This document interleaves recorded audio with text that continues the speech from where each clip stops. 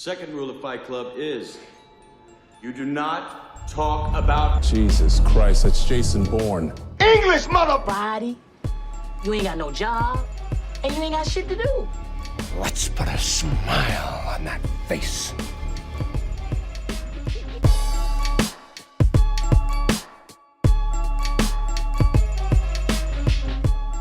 What's up, Film Fam, and welcome to the Film Room Podcast. My name's Dion. My name is Scott. And today we're talking about the 2003 Korean mystery drama, Memories of a Murder, directed by Bong Joon-Ho, our boy, JB. Our boy. And if you're new to the show, Scott, every week Scott and I talk about a film, what we didn't like, what we do like. And at the end of each episode, we have an award show called The Filmies, so stay tuned for that. But obviously, before we get into the plot and everything, I know you haven't seen this movie before, so what were your overall thoughts after watching it for the first time? Yeah, it was good. I thought it was weird. Like when I first, as I was going through it at the start, I thought it was a little bit slow. I don't know. I find myself saying that a lot. Maybe like I was just gonna say. Yeah, maybe I have too high expectations for like the start of movies or something. Yeah. I don't know. Like I realized that when I was thinking that I was like, man, I don't know. I'm not really getting like once it got going, I loved it. It was great. But I don't know what I expect from a start of a movie, or I don't know. Like so like when the opening scene grabs you, I love that shit. But Yeah, I agree. I'm definitely with you on that, where it's just like I get excited when it's like, no, that's how you do an opening scene or whatever it is. But at the same time, and then if you watch a movie and you has it progress and then it ends up just being really good and everything, then you're not mad at it. You're like, okay, that was good. But I do see your point. It does start off kind of slow, but I think it's on purpose. I don't think it was like they were trying to entertain you and it's like, right, not really. But it was a slow build to something. Yeah, no, I agree, and I think it does work in this movie, and it's definitely not that every movie has to have a big giant action scene or a big murder or something that happens right at the start of the movie to grab you. Like it doesn't always have to be like that, but I mean, this is a movie podcast, right? And we're talking about what we like and don't like. And to me, this isn't a 10 out of 10 movie. Mm-hmm. It's a good movie. It's a really good movie. I really enjoyed it. But if I'm saying why would you say if is it not a 10 out of 10? To me, it's like that a 10 out of 10's got to slap start to finish, front to back, right? Yeah. But yeah. But once it got going, like really once they got that first maybe the second suspect, because like Kwang Ho, that first suspect, the with the mental disability, I was like, he didn't do this. I didn't think that he did this. But once they got to their next suspects, I was like, okay, it could be him, and then it could be the next guy, then it could be the next guy, and then I was locked in from that point. I really enjoyed it after that point. Yeah, that's good. That's good. Yeah, I get what you mean with the whole like how the movie begins and how kind of like slowly like moves into it. I guess it's definitely a stylistic choice because he could start it with like a murder. You know what I mean? Like it didn't have to be them just finding the body. It could have actually showed it just to be like, okay, this is what we're getting into. Like just show the horrors kind of thing. But yeah, it's an interesting choice to not start with that. Start with them discovering it first. Yeah, I don't think it's a bad thing. And like I said, I think it works for this movie because I don't know, it's not really it's not an action movie, right? So you're not meant to be like racing through the story or anything. So like what, even though it's slow at the start, it is important. Like it establishes a lot for Detective Park, for example. Like we see kind of the way that he does his investigations, right? And we're like, okay, this crime scene is super unorganized. There's freaking kids running around. There's a dead body right here. Like this guy's basically planting evidence. Like this guy's just a wishy-washy detective. And then we can see his growth as a character as we move on. So like all the stuff that's going on where I'm like, this is stupid. Why is this guy doing this? Yeah. It leads to something in the end. So like, yeah, it's slow maybe that I could say, but like, I understand why it's there. Yeah. And I think with this movie in particular, which a lot of movies kind of are rooted in some kind of truth. This is based off like a real killer that happened, like a real serial killer that happened. So maybe that there were some other things he wanted to establish first before, because it's a touchy subject. True. You know, if you're gonna do a movie on like actual murders that happen, you know what I mean? So it's a little different than doing like Seven or something, you know what I mean? Where it's like let's just go balls to the wall. Let's try to get crazy with it. Where it's just like you want to be somewhat respectful because I don't know if they actually end up using real names of actual people that got killed, but you don't want to go too entertainment value with it when you might probably feel like morally kind of weird about it. No, that is a really good point. Names I have no idea, but I do know that he would involve the victims' families and like talk to them, ask permission, and Yeah. he did want it to be tasteful because you're right. Like these were real people. This stuff actually happened, and the way they got killed and sexually abused is not uh, like it's not like they just got shot in the head, right? Yeah. Like they got No, tied exactly. up and they have their underwear on their head, so it's not like Exactly. it's a gruesome way to go. So it's like, yes, this is real. We want to show what actually happened, but we want to do it in a respectful way. That's a good point. Yeah, and I think that's kind of goes with the, because even like, well, we can go into it, but I guess I'll give my thoughts on it because Yeah, yeah. one of the things I really loved about the movie is just like its ability to touch on like the serious topic as we're talking about how serious it is, but also manage to have like humor in it. Oh There's a yeah, lot of it. yeah, There's a lot of humor in this movie, I also feel like it's done in a way that doesn't kind of have like that buddy cop movie kind of feel, in the sense of like bad stuff happens and they just make jokes throughout. Like there's a tipping point where it's just like the jokes start slow down a little bit, and certain things they don't joke about, and then suddenly like the jokes they just go away, kind of yeah, thing. And I kind of like how they balance that. yeah. I was thinking that too. Like because I had no idea there was going to be any comedy in this. I was not Yeah, expecting any, and some of it feels like almost unintentional comedy. yeah, And I don't know, like, did he mean for this to be funny, or like some stuff was obviously meant to be funny, like when Detective Park, he's like, oh, what about all the baldies down there, and then yeah, he's like in the sauna just like meat watching, like this is yeah. hilarious. It is. I mean, that's definitely meant to be funny. That's what I mean, that's Yeah, meant yeah, to be funny, yeah, but yeah. like every time Cho comes in and just like boots someone in the chest, Yeah, I was know. fucking hilarious. He just comes from out of frame every time. Instant kick to the chest. It killed me every time. But is that Yeah, meant to be funny, or yeah, is no, it's that, true. I don't know. No, that's 100. It's 100% true. I think another appeal for me too, with like for watching like foreign films just in general, is kind of just seeing the different like cultural norms, Mm. in the sense of like, you just see like the home setup, the work dynamic, like what they eat, like where they go to eat, like those kind of things. It's just like seeing completely different. You know what I mean? Like you watch a movie, you see people go to a bar, drink, you're just used to, oh, let's go to a bar. You just expect them to, oh, we'll watch the game, whatever. But like seeing when you watch like foreign films, you just see just a different dynamic, it's just different norm. It's kind of like refreshing in that way, especially when Yeah. you after you watch a bunch of movies and it's like, oh, it's different. I'm not used to seeing these dynamics. Yeah, because when you have JB, who's a Korean filmmaker, obviously he's gonna put his real life experiences into it. Like if you're setting it in Korea, Yeah. so like, and that was one thing that I read. Like was very influenced by some other stuff that he had seen in like the whole crime thriller genre. John. So he Mhm. wanted to make his own, but then put his own touches on it, obviously, and his real life experiences of being in Korea, of yeah, food, culture, stuff like that. I know in the Asian culture, especially because this is set in the 80s, it was very conservative in the sense of Mhm. like the men are very controlling. They can do Yeah. whatever the hell they want, really. So like you get that in this movie, and respecting your elders, like that's a really big thing in Yeah. this movie as well. So like they're literally just slapping kids in the face and Yeah. stuff. Like they could just do whatever the hell they want, like to young people, but it's real. It's part of the culture. So I like that it's an authentic piece that they put in this movie. Yeah, no, I 100% agree too. Did you have any other thoughts before we kind of just Oh like yeah, I start getting got into the beginning? Anything? well. I mean, I was talking a bit about like the start of the movie, how his investigation, how it was all wishy washy, just weird stuff. Yeah, And I really like that we get this arc of him changing throughout that. And then we have Detective CEO, yeah. SEO, Oh yeah, guys, say we apologize in advance. Like we were saying, we're talking about this off pod that like yeah, we might like just butcher some of these names, and it's obviously not on purpose. We're just not yeah, fluent. We're gonna try our best. yeah. So So we Seo, I'll say apologize. Seo. I don't know. Okay, yeah, Detective Seo, yeah. the guy from Soul from from Soul. Seoul. Yeah, that Yeah. he comes over. He has his own arc too. Like he starts up top, he's doing real detective work while Cho and Park are doing their dumb shit. And then Hmm. he, by the end of it, kind of comes down, right? When he gets the guy that he's like, no, I know it's you.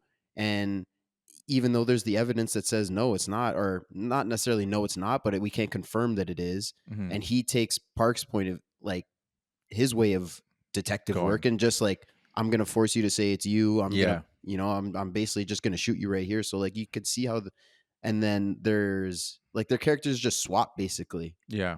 Like one goes from up to down, one goes from down to up. So like it's not just a mystery movie, right? It's not just a who done it, like who's the killer. There's also like these characters, and to have that in like a cop movie was pretty cool. Yeah, no, for sure. And and the crazy thing is too, like again, you see it in the movie, so you question it, you assume like, okay, is that real? Is that not real? Mm, And it's interesting you brought that up. So I'll just say the point now, where it's like he spoke about how like in those times it was very especially it was specifically with this case too, it was known that the cops were about yeah. doing that. You know what I mean? Like trying, because you get bonuses, which is just an interesting system. You get bonuses for the more people you arrest and all those things. So then Mm, you're kind of like, no, you did it. Let's make sure this guy's the one that did it, because then we're gonna get a bonus. And there was a lot of that. Them like just trying to force it onto someone that they're like, oh, there's enough it's like evidence here that we could probably push as this guy, and then we'll get that bonus, which is wild. yeah, I actually read that 8 of the original investigators in real life were charged with abuse of power, assaulting suspects, falsifying evidence, stuff like that. And apparently 4 suspects that they like pushed and terrorized and tortured basically Mhm. committed suicide after being falsely accused. Damn, yeah, that's crazy. So like it was messed up, man. Yeah, But again, like I like early on in the movie, I'm like, what is this guy doing? Like this is so dumb. But if it's real, yeah. I'm glad that it's in the movie. No, 100%. That's what I was thinking too, because I was like, it's like this seems so ridiculous. But then I wasn't like questioning like this is dumb. Like I was like off the movie for that. But I was like, Mm, is this actually legit? And then later on, after you like do a couple Googles and stuff like that, you see like, oh man, it really was like, which is insane. yeah, It's just yeah. absolutely insane. I did. One point I had too was because we did Zodiac in Yeah. October on the Hmm. podcast. I was comparing. This is very similar Yeah, to it's true. Zodiac, and Zodiac came out later, Yeah. so I maybe this was a big Fincher. influence on that movie. Yeah, maybe Hmm. Fincher loved this movie. I have no idea. Um, but I think like obviously not to the same extent as Zodiac, where because he was sending stuff into the newspapers Yeah. and going directly to the media. But in this one we have what's his name, ha- Hyun Gyu, the Okay. guy Yeah. that The prime sends suspect. he sends the song in, does the Yeah. song request. So you have that piece of it, right? They're getting this Hmm. information from the radio that Yeah. it could be this guy, Which and that was also real. yeah, okay, Yeah, yeah, that actually was real. The guy was at well, to jump ahead, the guy that they actually end up did finding years later, he right. actually was calling in to play that song. Damn, that's so weird. I mean, he's a serial killer, so Yeah, I obviously was he's a gonna say. fucking weirdo. But Yeah. like, why? I don't know. I don't know. Yeah, I know. We'll never like we could sit here, we'll never Yeah, understand it. Like of there's course. so many weird serial killers. Like why was he doing this? Why was the Yeah. Zodiac killer doing that thing? You know what I mean? It's like I mean, they're a serial killer, so I'm not gonna try and understand yeah, them. no, So like, exactly. obviously they're just fucked up Yeah. and If next week you tell me you monsters. understand it, then we might end the podcast. Exactly. Yeah, exactly. Then we got an issue. Yeah. But another thing, like with Zodiac, with like they're going suspect to suspect, and then Yeah. they have the prime suspect Hmm. that they can't say, because at this time when the movie came out, it was unsolved. They Yeah. didn't know who it was. They solved it later, Hmm. so he didn't know who it was. So he Yeah. had this prime suspect, and he can kind of in the movie that lead us in this direction to make us think maybe it's probably this guy, but he can't really say it. So they Yeah. leave that ambiguity around it. So I thought that was a cool parallel. And again, maybe Fincher saw that in this movie and wanted to do a similar thing with Zodiac, or maybe they're two completely different and just went with the same approach. I don't know. I think the reason they're probably so similar, one is that I know people used to reference this as the Korean Zodiac Zodiac. killer. Oh Yeah, they shit. used to reference as the Okay. Korean Zodiac. So there's that similarities, and then also Fincher and our boy JB are both have spoke publicly how they have heavy influence from Alfred Hitchcock. So if Okay. they both have the same kind of inspirations, you could see how their mystery movies could be similar. Yeah. But also like Yeah. one's making American and one's making a Korean, so then they end up being so different. But it's kind of like similar topic. So I think Yeah. there's going to be similarities regardless. Like if two people make basketball movies, Right. it's there's only so much you can do Yeah, I mean, and the to a certain cases extent. were kind of similar. Like they Yeah. both went over years of Yeah. time, and were unsolved, had multiple suspects, and what different cities, different locations, and everything. So you can see the same. I'm not saying they're the same movie; they're absolutely No, not. definitely not. But No. I some of the similarities I thought were pretty interesting. Yeah, no, it really is interesting. Yeah, it's a the whole fascinating case, just in Yeah. general, just Yeah, I got a everything. bunch of facts on like Yeah, the real life case. It's mhm. super interesting. Yeah. I mean, do you want to say another one, or you want to just, I guess, like sprinkle them in as we kind of go through? I don't You no, can I don't have sprinkle them in anything. if you want. Yeah, I don't have anything right now, but Okay. All right. So let's just get right into the beginning. So sure, we bro. we kind of open up with like the first body. So the way I broke it down is kind of broke it down into key moments, and we kind of just like Hmm. kind of go back and forth and just talking about our feelings on those kind of Yeah, key yeah. moments. So and if you, I skip over something, 100% just point it out. But so we open up with the first body that's found. We see a little of like the dynamics in the police station, and then then the second body is found. We get the key, we get the first key suspect. So what were your thoughts on like the opening of like I don't know how the movie kind of opened up? Yeah, I mean, I mentioned kind of the first note was like the chaotic sense, I guess, of the like Yeah, the crime scenes. Like there's so many reporters all around. There's not even like police tape. Like anybody could just walk around. There's yeah, kids running around. And I'm like, what yeah. is going on here? And then Hmm. yeah, he's falsifying evidence or something. But bro, the first time they get was it Kwang Ho? Yeah. They get him down into that basement or whatever, immediate boot to the chest. Yeah, I know, it's insane. Holy shit. It took me the fuck out, bro. I was not expecting this. And there's so many drop kicks in this I movie. know. And every single time it made me laugh. But the first one, I was like, okay, this is a serious like crime. Like it's based on a true story. So it's Mhm. you know, it's gonna be a thriller and it's gonna be a mystery movie. We're gonna try and figure out what happened.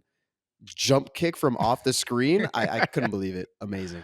Yeah, it was brutal though because it's I mean, I think it's meant to. You feel a way because the guy's disabled, and then they start kicking him in Mm, the face, and you're like, "Damn!" Like like I don't think anybody thinks this is the guy. You know what I mean? No yeah. matter even what is being told to him by Park Dooman, Detective Park Dooman, like the main guy. Yeah.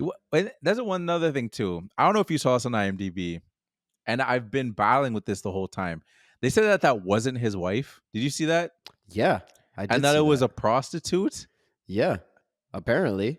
I But I didn't know. I didn't know what to assume. I kind of thought it was his wife, but I didn't know. yeah. But the thing that throws me off is like, okay, the first interaction we just see them having sex, and like it's like, okay, so I see that. But then later on they go to the park and kind of have like a picnic, Right. which still could maybe just paying for a companion kind of thing. But I was just like, it doesn't, not like it needs to be said or anything, but it was just kind of Why? like, yeah, why? I mean, because when they do go to this park, he even says he's like, "Why did you call me here?" So she called him, and if that's the case, like if she's a prostitute, he's paying her. Yeah. Like maybe she's calling him like, "Hey, like trying to get business?" I guess I don't know, Yeah. but she's also like a nurse because she's That's giving what him confused me shots and like too. yeah, getting medical supplies. So it's a weird relationship. I don't know. Being a nurse didn't pay in the 80s. He had to do prostitution too. Yeah, I guess so. That's Maybe. that's the thing that confused me. And I was like, she's a known prostitute, and people are still cool with her.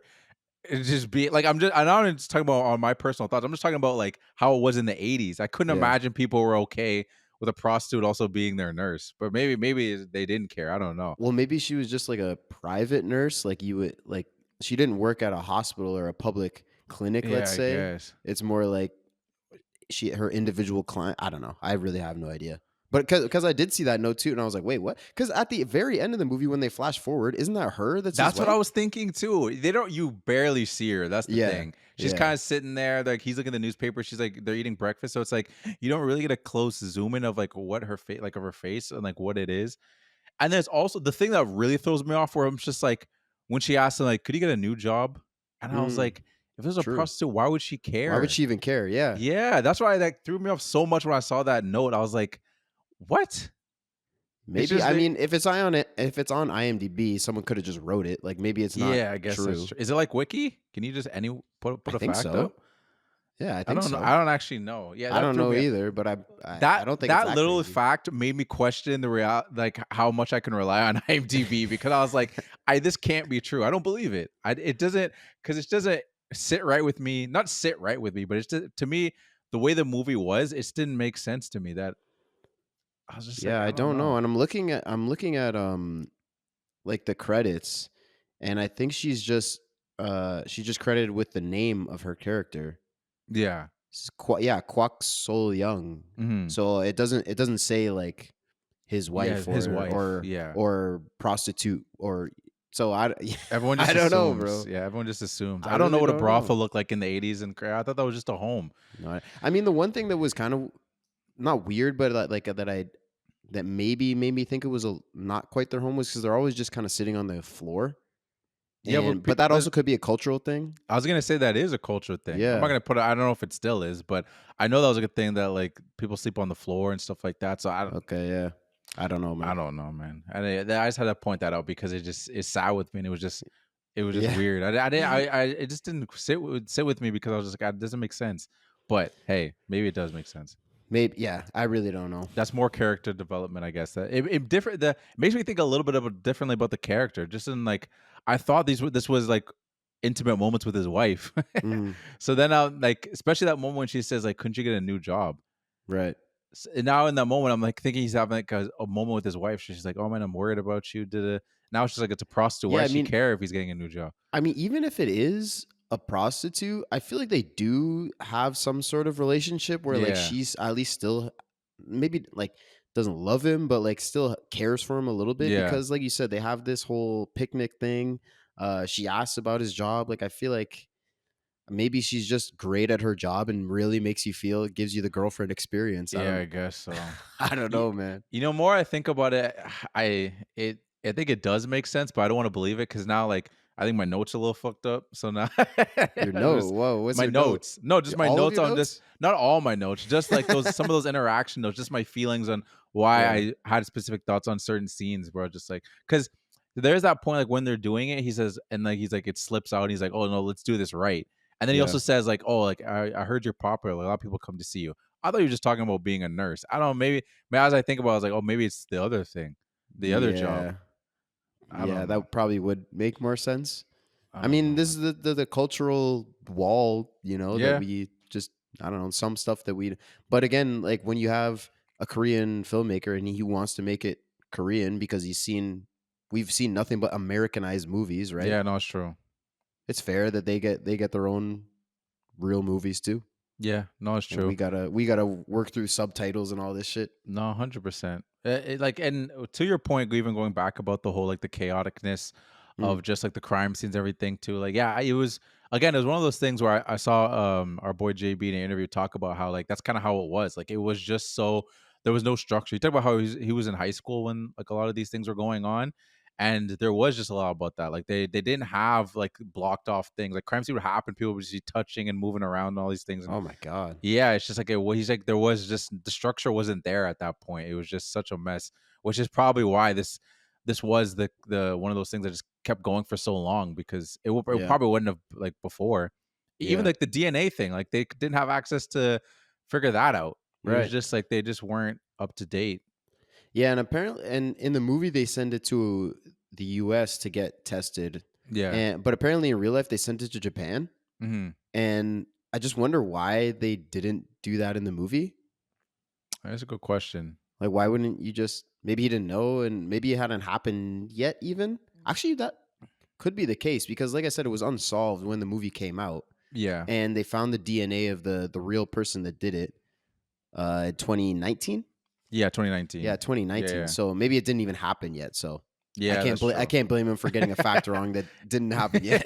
Yeah, no, yeah, 100%. There is one thing I want to shout out. It's a fact I saw from Del Toro, like Guillermo Guillermo. del Guillermo del Toro.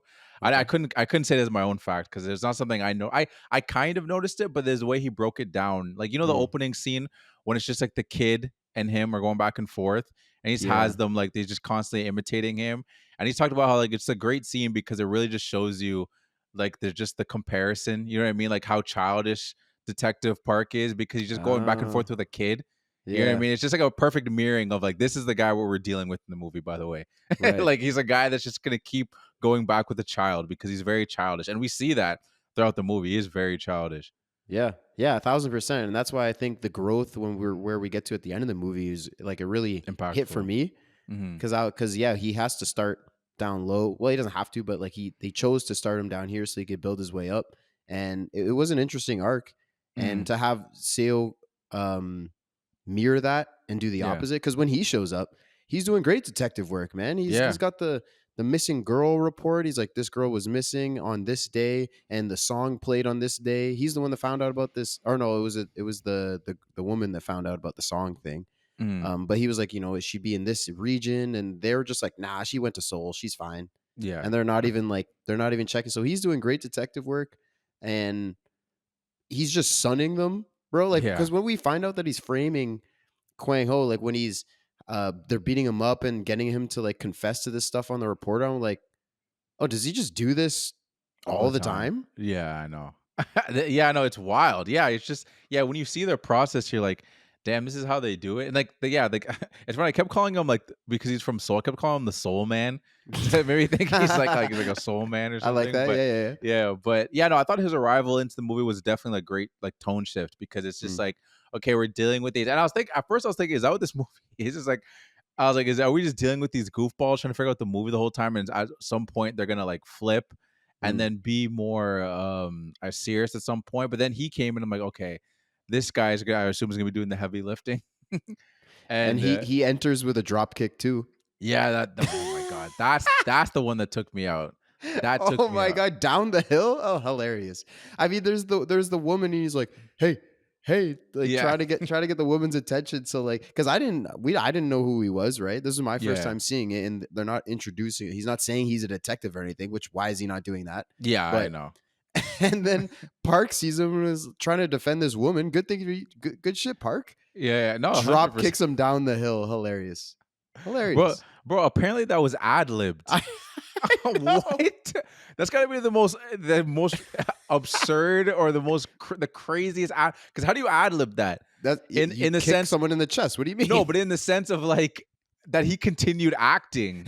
I would have been like, yo, what are we doing here, bro? Yeah, like imagine you and I enter a scene, and we're supposed to get angry with each other, and I'm supposed to like maybe push you or something, and I immediately walk in and kick you in the chest. Yeah. And you're just gonna be like, all right, I guess, you're just going to go along with that? Crazy. That's what I'm saying. Which again, now after the whole thing about the wife, I'm like, I don't know if the drop kick's real either now. I need to hear this out of JB's mouth that was not in the script. Dude. Whether it was or not, it's incredible. Every single time. Oh my God, yeah. He knocked him down the hill and then beat his ass. Yeah. And like, I don't know, it's so weird that there's a lot of like fighting in this movie. Yeah. And nobody ever fights back. It's always just a one-sided scrap. I don't know why, bro. It's just someone like smacking someone in the head over and over and over. Yeah, why is nobody fighting back? No, that's a good point. I don't know why no one's fighting back. That's a very good point. When we had the head of police show up, so he shows up, he catches them, they catch him up to like what's kind of happening, and we kind of get the new dynamic of the team. So like, what was your point? Like, your thoughts on this kind of point of the movie? Yeah, I liked the captain or the chief or whatever showing up. This is when they're in like that bar, I guess, or like they're getting like karaoke. Karaoke. Yeah. I mean, even just right before this, when they're eating the food, and then like Kwang Ho just like falls out of this closet. Yeah. Again, like this is like, was that meant to be funny? Because it was like they're just sitting here eating and talking, and then this guy just like falls out of nowhere. I was like, what the fuck? Why is he there? And then he smacks him in the face, and then immediately he's like, here, I got you a pair of shoes. I was like, what's going on here? Yeah. Oh, and then that too. That reveal was hilarious too. Where he's like, I got him Nikes. Like, Nikes? They just say nice on them. I know. Amazing, like, bro. I completely forgot about that part too. I'm like, this is great. And even before that too is another funny moment too. When Detective Park Do-man is like going through his little slides and catching him up, and like they're all kind of just like, because he's going like very slowly. It's like classic like kid in a presentation who's just reading from the thing. And on the 5th day of flip, they're like not even like looking. And then he was just like, he realized like they found semen. He's like, wait, they found semen? I was like, bro, you're not on the case. He's like, we can use that, can't we? Like, they found semen? Oh, okay. Yeah, this guy's a bozo, dude. Like, that's just, I don't know. He's just a moron. And that's basically what the whole like 30, 40 minutes of this movie is just this guy fucking up, being an idiot the whole time. Mm-hmm. But I don't know, when they're in the karaoke bar or whatever, I don't know. It was cool visual. Like, I like just the low shot of the camera, and we get the table, because we kind of have Detective Park Do-man and we have Seo at the front. Then we have the chief that's throwing up. We have Yeah. Cho that's just sleeping, Yeah. and the two girls that are there. I don't know. I thought visually, like the way they layered it, I thought it looked cool. Yeah, no, for sure. And it just, again, it show it's really goes back to the dynamic. Like you have these characters get added in slowly by each part, and they're all crucial to how everyone Mhm. has their own like motives and like kind of their own different character arcs throughout the movie. So obviously some more important than the others, but everyone's crucial to like the balance. And especially that chief, like he needed to be there because the other chief they had was not going to do anything and step in. Like he was there like slapping them in the head, trying to keep them in line and stuff like that. So he was important for that. Like That's a having good him in point. there. Yeah. No, you're right. That's a good point.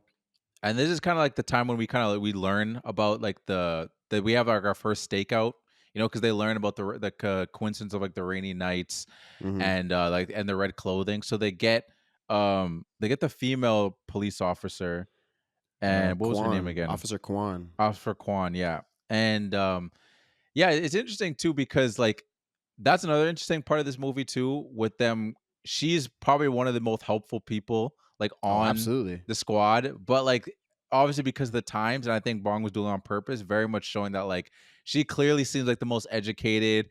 She comes in all dressed up. She's like in uniform. You know what I mean? She's making all the great points, and they're kind of always like brushing her off sometimes. Sometimes they listen to her, but it's Hmm. very purposely done. I think just Yeah, I mean, that because dynamic. if you think about, you're right. I think you're right. And if you think about it, it would have been very hard for women in general to get to the point of a officer, Yeah, detective, whatever. So like, she would have to be very smart, very educated, make good yeah. points, to, like do good work, and she Mm. very much does. I would imagine if she was as stupid as Park Oh, and Park. Cho, Yeah, no way yeah. she would have got this far, right? They Oh, would have 100%. like she's already, like you said, being shot down even when she makes good points. So like to even get that far, she would have to be above and beyond what any of the men would be doing, and she was Yeah. 100% the smartest one there. Oh, 100%. Yeah, 100%. And then she's the one that even learns about the song too. yeah, that's what I Like she's mean. the one, yeah, no, just everything. It's just it's really important. Like, yeah, because we learn about that link of the song, we kind of get our like our next suspect, and we kind of see, and they kind of go like we see them kind of go through their old tactics with that guy, like the same things they were doing with like the disabled guy. And so, like, what were your thoughts at this point? Like, how the movie was progressing as we got to this point. Now we get the new suspect. Yeah, yeah. This is where I was like, this is where to me I was like, okay, this got me locked in because they're hiding out at the area of this where the victim was, Yeah, and then this random guy shows up, and then he starts masturbating on yeah, underwear, and we're like, hmm, okay, this guy's a fucking weirdo. yeah, Maybe this is the guy, and hmm, he's in the exact spot of the crime. So this hmm, is probably the guy. So they start chasing him. So I was locked the hell in, and then yeah. they get to like this factory, and they're trying to find where he is, and he got betrayed by his fucking bright red panties. Like, what are Yeah, you I doing, bro? know. Yeah, I know. No, this was a really great, like a really great scene. Like I just, I think again the movie was just like a different tone at that point because I think at this point it was still dark and there was still the humor and like it didn't stop at this point even after this because there was still a little bit of that comedy that was like slowly getting like balanced in there, just like little one liners and stuff like that. But once that moment came in, it was interesting the way they had like the soul detective come in Yeah.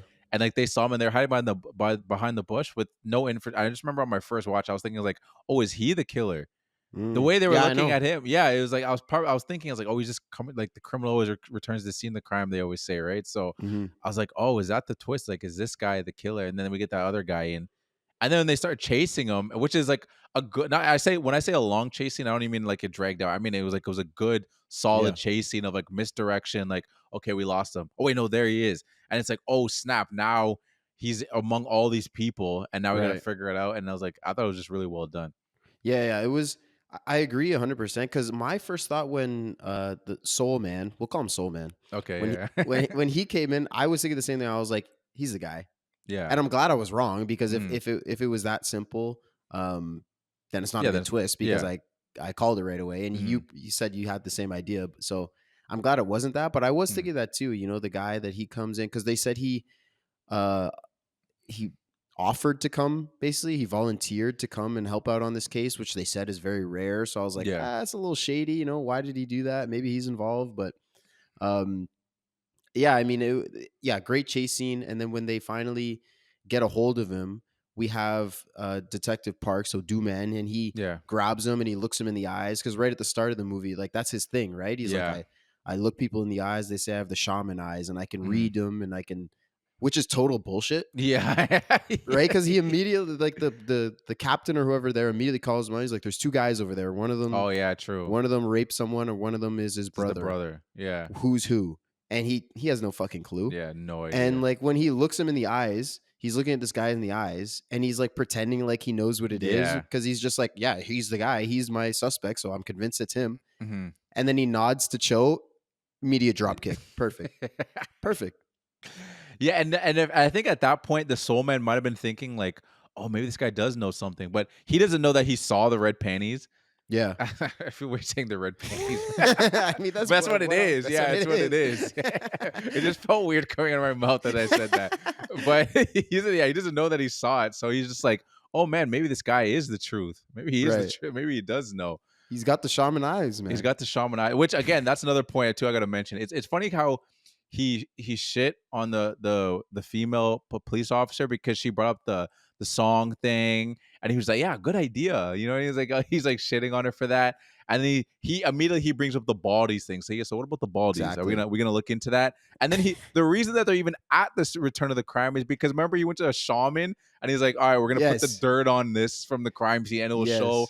The killer's face. This fucking voodoo bullshit, and it's like, bro, what do you like? Do some detective work. Like that's what I be. Officer Kwan, 1,000% smartest person in the precinct. yeah. She comes in. This is real. Every time this happens, this person requests the song. This is a fact. Yes. This guy's getting this fucking voodoo paper dirt dumb shit. And then he's fucking, yeah, I'm looking people in the eyes. And then he's like, yeah, don't worry about that. What about all the guys who shave their pubes? Bro, like Yeah, what? I know. Even the captain's like, all right, so what are you gonna do? Pull down everybody's pants and like try, like, how is that an investigative lead? Like, what are we gonna do Yeah. with this information? But the next shot of it, just the fact that they put a shot of him sitting in a sauna just staring Yeah, I at know. It's hilarious. everyone's meat was Absolutely amazing. hilarious. Yeah, Bong Joon's got a perfect. I at least of all the movies I've seen, where it's just like 'cause most of his movies are like have like dark themes and there's like serious, like political things or just like that he Mm. wants to talk about, but he'll blend them in his movie. And there's always a sense of humor, always, even in the darkest things, whatever is happening on screen. He'll always has that perfect balance. Parasite's got got so many different blends. Just to go out and talk Mhm. about one of his films, but this movie does a really good job at that too. Yeah, I mean, when we got Song Kang-ho, who Yeah. plays Detective Park, Yeah. and he's in Parasite. He's in like all of JB's movies. That's Yeah. his guy. That is this guy. Yeah, he's in Snowpiercer too. Is he? Who's he in Snowpiercer? He's the one. Isn't he the Korean guy that they find halfway that's making Is the that him? bomb? I think it is. I'm Let me pretty look sure it that up. is him. He just has like a hair, like different hair in that or something. Yeah, he definitely has different hair. So I'm I pretty mean, sure that's him. it's possible. Let's see. Snowpiercer cast. Why isn't that showing me the full thing? What do you mean? Well, it just gave me like it's the fucking TV series. Oh, okay, there you go. God Yeah, damn it! it's 100% him, bro. I'm looking at it now. It's him. You found it? It's Yeah, him. I found yeah, it. It's Kang him. Hon So. You're right. You're Yeah. right. It is him. It's this guy. Oh man. shit! He looks a lot different in that. Yeah, I know. in Snowpiercer. I didn't No, he realize that really was him. does. Yeah, he's all dirty and stuff, and everyone's kind Yeah. of grimy. You're right. But yeah, no, it's he's great in this role. He's great in this movie. Oh yeah, absolutely. I did want to shout out. We passed over it when we see Yeah. because it's the only time. I guess not the only time, but the first time that we see the killer actually like kidnap a woman. Oh yeah, true. When she's Yeah, I don't wanna- she's walking down the road and she tries to make a break for it to the factory or whatever's Mhm. there. And I thought this was really well shot, really well directed. I thought that like it had me on my toes because I mean she's walking along this open field and it's raining, so we know that the kills only happen when it's raining. This is right after the song played at the police station, so we're like, okay, so something is going to go down. Obviously, they don't know where it's going to Yeah. happen, so they can't really do anything about it. But we know that something's going to happen. So we get this woman. She's walking. She's got her umbrella, and then she turns around, and we see a head pop up from the field. Yeah. And I'm like, oh shit. Yeah. And then she keeps walking, and then there was a cool shot when when she turns around and then she's holding, we just see the umbrella basically, and then Mhm. around it we see just the dark wheat like moving in the Yeah. wind. It was just so ominous, so dark, so creepy. And then she takes a couple steps and gets snagged. It was a tough scene. And it's perfect just the way like the light flashed on his face that it was enough that you Mm, couldn't see who it was. Where yeah. it's like, oh, that's perfect. Cause it's like you like man, it's like I'm seeing his like the face, I'm seeing the person crawl up, but it's so quick and just sudden that's like, oh, dude, wait, is that? Oh no, I can't. Yeah. And at Like, that point, we don't know who. Like, we didn't. I don't think. Did we get that key suspect no. yet? No, we No, we hadn't. didn't. So we weren't even thinking about him at that point. And even if it was like from the victim's perspective, even if you see what it is, like by the time you catch that, he's grabbed you and Yeah. you're cooked. No, 100%. No, Yeah. no, it's true. But it was so Uh, quick. But I really like that quick yeah. little No, scene it's a great scene. because it's weird. Like they don't, not weird, but like they don't do that for every victim. Yeah. So like he picks and chooses because he does it when later on when we see the killer hiding in the trees, and then there's like the one that we're saying, is she a prostitute? Is she his Oh, wife? There's okay. that Yeah, woman, yeah. and And the the young the girl. school, the Yeah, yeah. schoolgirl, and then like he's basically picking. Hmm. So we only get these two where we actually see the killer like commit the crime. Yeah. So I don't know. I guess if there, I don't know if those is a specific choice. I get why you don't have to do it for every single one, but I wonder Yeah. why he chose those two specifically. But the fact that he had two of them, two characters that we know, and he has to Mhm. choose between them, that was a cool moment too. No, I really, yeah, it's definitely one of the most like impactful moments of the movie. And Mhm. like to go to your point, like as we're talking about that too, then we get to the point of the movie when like our soul man, as we're calling him, he starts Yeah. digging a little deeper. So like there's he's visiting the school, he finds a survivor and talks with her for a little bit. There's another murder that happens, and then we finally get our new lead. So did you have any like theories working on at this point in the movie, or like any specific thoughts you had that you want to point out or bring up? Well, when they get our new lead, what's his name? Hyun Gyu Yeah. is his name. Yeah, Hyungwoo. Um, I mean, so they have the interrogation with him, Mhm. right? They're like, okay, so you're the one that's requesting these songs, right? And he's like, yep. And you only do it when it rains. Yep. And you only, like, they're asking this stuff, and Yeah. he's just agreeing Yeah. to all these things. And then he's starting to say, okay, so you killed this woman, and like he's starting to put pressure on him, and Mhm. he's starting to get pissed off. So like maybe he's about to crack. And then Cho fucking kicks him in the chest I again. I'm like, know. bro, stop kicking people. Yeah, I know. And that's why the head of chief gets so like the what's it called? Sergeant gets so pissed at him and kicks him down the stairs. That was brutal. Yeah. But like he hit his head on the wall and everything. But yeah, it's like dog now, which is funny. Well, I guess he is different. You know what I mean? Like if it was the other chief, would have been like, yeah, kick that dude. We'll keep him here. But he's like, Mhm. we can't do this. Now that you kicked him, you hurt him. We got to let him go. People are talking. Everybody knows that, and he even mentions like everybody knows how you guys do. Yeah. You know what I mean? I'm not gonna let myself be another one. The final words of every person that gets drop kicked, True. apparently. But yeah, like you are one of them. Not as gruesome as some of the other guys, but Yeah, that's why Cho heard that. He's like, oh, you're yeah, not, huh? Oh, yeah. I'm pussy? All right. Take this boot to your fucking chest, nigga. Yeah, no, but that's no, that was a really good scene too. I think another scene too. Not even trying to going back a little bit Mhm. when we get the soul man and he goes to the first it's the great foreshadowing when that girl talks about how when they were doing their what was it called it was like There's not some kind of drill, some kind of yeah, like some kind of drill. Yeah, I don't know what fire the drill drill type was. thing. Some kind of fire drill thing. She talked about how she hurt her back. He puts the band on her. That was like Yeah. nice foreshadowing. And then I also just really liked him going over. So he goes to the outhouse, and the other girl tells him to go to see the woman on the hill. Mhm. And there's a nice little shot too when he's just standing there in the grass. They hold it for a second. It's just him standing there, the grass, everything just blowing. It stays there for like 5 seconds. It's a really nice shot. And then he goes talking to her, and that scene was just like really powerful. You know what I Yeah. mean? And like I sometimes you watch a movie and someone's kind of like going through like if they're a survivor, they're kind of going through what they went through. And obviously you're watching a movie, but it was just so and I guess obviously because it's based off real story, but I just thought that actor's performance was just really well. Just the way how traumatized she was in that moment, kind of like reliving it. And initially she didn't even want to talk to him. We had to get the female officer to Right. talk to her.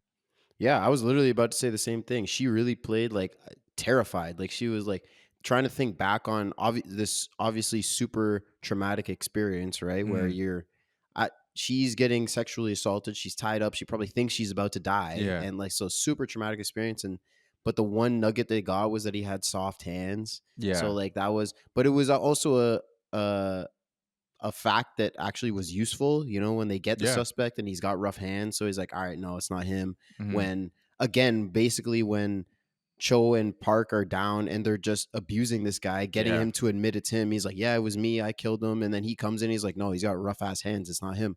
It's like, this guy's actually doing detective work. Yeah. So, Yeah. well, like these guys are still bozos, man. They're like starting to maybe change a little bit, um, but yeah, it was definitely a good scene, and that actress killed it. You're right. She to me was looked and talk the way she talked, just Yeah. everything. She was terrified.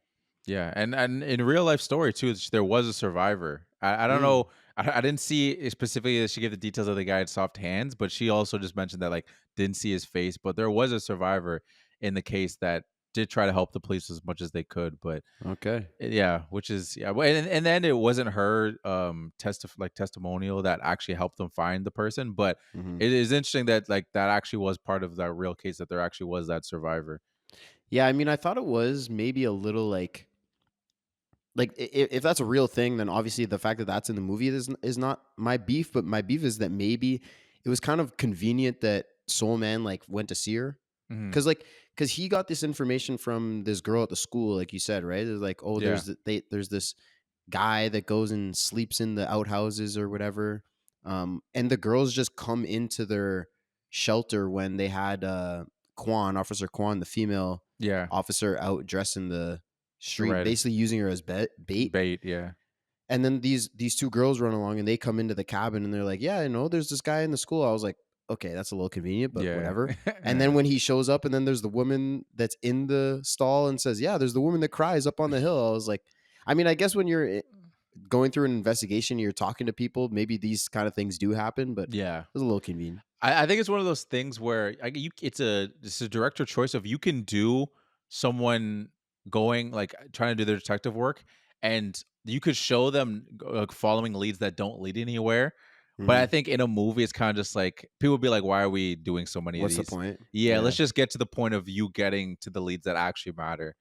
that's Is true. is my only pushback, I think, with that. Yeah, Because yeah, it is convenient, but it's a movie, so they're trying to make yeah, everything convenient. We don't want them like going on these wild goose chase, because they're already on some wild goose chases. The first two suspects they have are not actual leads. So right. now let's actually get them going somewhere where that's like people Yeah, that yeah. we know are not the killers. Yeah, I don't like again, I like this movie. Yeah, yeah, I'm 100% not saying like this is stupid. What is Bong Joon-Ho doing? yeah, This is terrible. Come on, JB, you're supposed to be our boy. Nah, yeah, yeah, yeah. these are just tiny little nitpicks because this is what I do. Yeah, no, it's no 100%. I'm just yeah. It's interesting you say that because like I see where you're coming from, and I was just thinking about like the perspective of just how you kind of like structuring the story, Yeah, and I that is a get good it. point. Yeah, and Yeah, yeah, you can do that even if they threw one in there where it's just like he tried to go this way and it was a dead end. It's like okay, and then the next one worked out. right. Sure, but then maybe someone could still say it's like, oh, it's convenient on the second one it worked out. Like No, no, there's no, there's no. no specific number that's like okay that makes sense. Right. No, no, Yeah, no. But I just, yeah. I mean, to me, it was just the fact that like because they didn't, he didn't go and reach out to like the school or yeah, these girls. They just fell into his lap and was that's like, true. Yeah, yeah. here's this information. But No, that's again, true. like in investigations, I'm sure that stuff does happen from time to No, it's time. true. And you're totally right that in a movie they're not going to show them going through all these dead ends. Like what are we doing? What Yeah, would be the point of that? no, Yeah. 100%, 100%. But yeah, that's when when we go through like a little bit further and we get the details of like the nine peaches in one of the victims and stuff like Yeah. that. Like that stuff was and that stuff was real too, which is Oh, insane. Where it's just like, yeah, we start getting into those gruesome details. 'Cause again, I was wondering too. I was like, what is this? Because this is the interesting thing of just like kind of like analyzing it is like even though this is like a serial killer, where I think we're always used to like the serial killer, like they have like their routine, they always do the same thing, at least for the mhm. most part. This one, like they weren't always all the same. You know what I mean? Like there wasn't always peaches. You know what I mean? There wasn't Yeah. always like this aspect of it. There was always like the tie it up and then the garments over the head and stuff like that. But like there was like different layers and different things happening. And then as the movie goes on, and there's killings that happen when it's not raining. Mm. It's just a dark night, and that was happening in real life too. Because if you look it up, they talk about how like most of the killings happened when that song played and when it was raining, but it wasn't every single time. So now Okay, it's yeah. just you're kind of going off of like, damn, when like we're trying to catch this guy, but we don't even know what his MO is really anymore. Right. Yeah, I mean the peaches thing, that was something that I was like, okay, that's like a clue, I guess. I Yeah, assumed it was gonna come back. It never really does. yeah, But I mean but if it's real, like it's just I don't know, this guy's a fucking sicko, man. I yeah. I mean, don't know. that goes without Yeah, saying, but no, for like sure. why put peaches there? Why? Yeah, no, 100%. And then we get the next part of it, which was really intense too, is when we kind of get they realize that like the disabled Mm, guy is like it could help them in the case because they realize they're like, oh, because earlier in the movie we hear him kind of like talking describing what the because they thought he was describing him doing the killings at first, which yeah. in their defense I was like, okay, this actually is really descriptive. Sounds like he actually maybe is the killer, and that got me at the beginning of the movie too, where I was like, oh man, I thought this guy was innocent, but like that's a lot of detail. Hmm. It's like maybe he was there, and then they kind of like, oh, maybe he was there. So then we see like the sweet little bit of that character shift. You know what I mean? Like the soul guy for most of the movie was pretty calm and collected. He was kind of in there. Everyone's kind of like smoking, doing their thing. But at this point, he's kind of like, okay, this might be our guy. Like he's becoming pretty obsessive, and they Yeah. kind of make their way. Well, what were your thoughts? Kind of like the conclusion. This was I like this was a cool moment when they're like, yeah, maybe he's a witness, so they go and talk to him. And Kwang Ho, who yeah, he has a mental disability, right? So like when they're like, oh, why didn't you tell us that you were there and you saw what happened? He's like, what do you mean I did? Yeah, Like I was yeah, literally telling you guys what I saw, what happened, and he just couldn't differentiate that they yeah, thought he was the killer and versus a witness. But like mhm, so when they found that out, I was like, "Oh shit, this is a cool little point. Let's see what comes of it." And then he ends up killing himself, going into the train. And I don't know if that was like intentional yeah, or if he was like just confused about everything that was going on. But because when they're asking him about what he saw, and he's like, "Yeah, I saw his face." mhm, And then he's like, "Does it look like this guy? Does it look like this guy?" And he just kind of says the fire was so hot. yeah. What does that did that mean something to you? Yeah, I think I didn't understand it. I think maybe it's just the I mean, he has a burn on his face, and part of me Mm, was thinking like, and this is my second watch too, and I was yeah. thinking, man, was there his dad burned him, or like the killer burned? No, the killer didn't burn him. I It don't wasn't the know. killer. 'Cause like, did he have those burns at that point when he was seeing the killer do the kill, or did that Yeah. come like that? Yeah, so he already did have them at that point. Yeah, so I don't know. I don't know. I didn't see this in a movie in a while, so I actually kind of forgot about that because I was like, "Damn, he's gonna see the face, and what's gonna happen to him?" And Yeah. I was like, and then he just reacts that way towards like, "Oh my, it was so hot," and I was like, "What is this?" Yeah, I wasn't sure. I was like I didn't really get what it was. Hmm. I that's why I asked, but Yeah, you're right that he has the burns, so maybe he's just thinking back to whatever happened because they never really say what happened that he got the burns. yeah, But he definitely had them because they were like early on, right? They're like, you girls don't like the way you look, right? yeah. And they shy away from you and you don't like that. And Hmm. so that's kind of how they were egging him on. So like he definitely had the burns and they're prominent in his head, Yeah. right? So I guess maybe at this point of high stress or whatever, he just started thinking back of that moment. But Mm. I don't know. To me, I was like, I figured it meant maybe something different. I really didn't Yeah. know. No, I still I was don't. the same with it. Yeah, no, I was kind of confused by it. I wasn't really sure what that was. To me, I just chalked up as being like a little backstory of like, I don't know, maybe his dad burned him or Hmm. something. But I don't know what triggered the trauma in seeing that guy's picture. That's why I was almost like, did the killer burn him? Right. I don't know. But I don't think so. Cause Because there I wasn't think no fire. Where would he yeah. have there was like Yeah, no, it's true. Yeah, I yeah. don't know. No, yeah. I just don't know. Yeah, that's okay. I don't know, but yeah. So like, we're kind of like, well, yeah. So he ends up killing himself, which again, I don't know if he was purposeful or he was just confused. I Mhm. don't really know, but what were your thoughts on the kind of like the conclusion of the movie? Like, because we're kind of here now, so just like the overall, that we get that kill that kind of changed everything. Like the same school girl that we saw earlier. We Yeah. saw that's also with the foreshadowing of the band-aid. 'Cause that honestly is like the key moment of this movie that I remember when I first watched it, and I was thinking back to this movie, is that slow peeling of the bandit, and it's like, oh shit, It's her. it's her. Yeah, Yeah. Yeah, it's tough because it's a great ending. I really like yeah, the ending of this movie.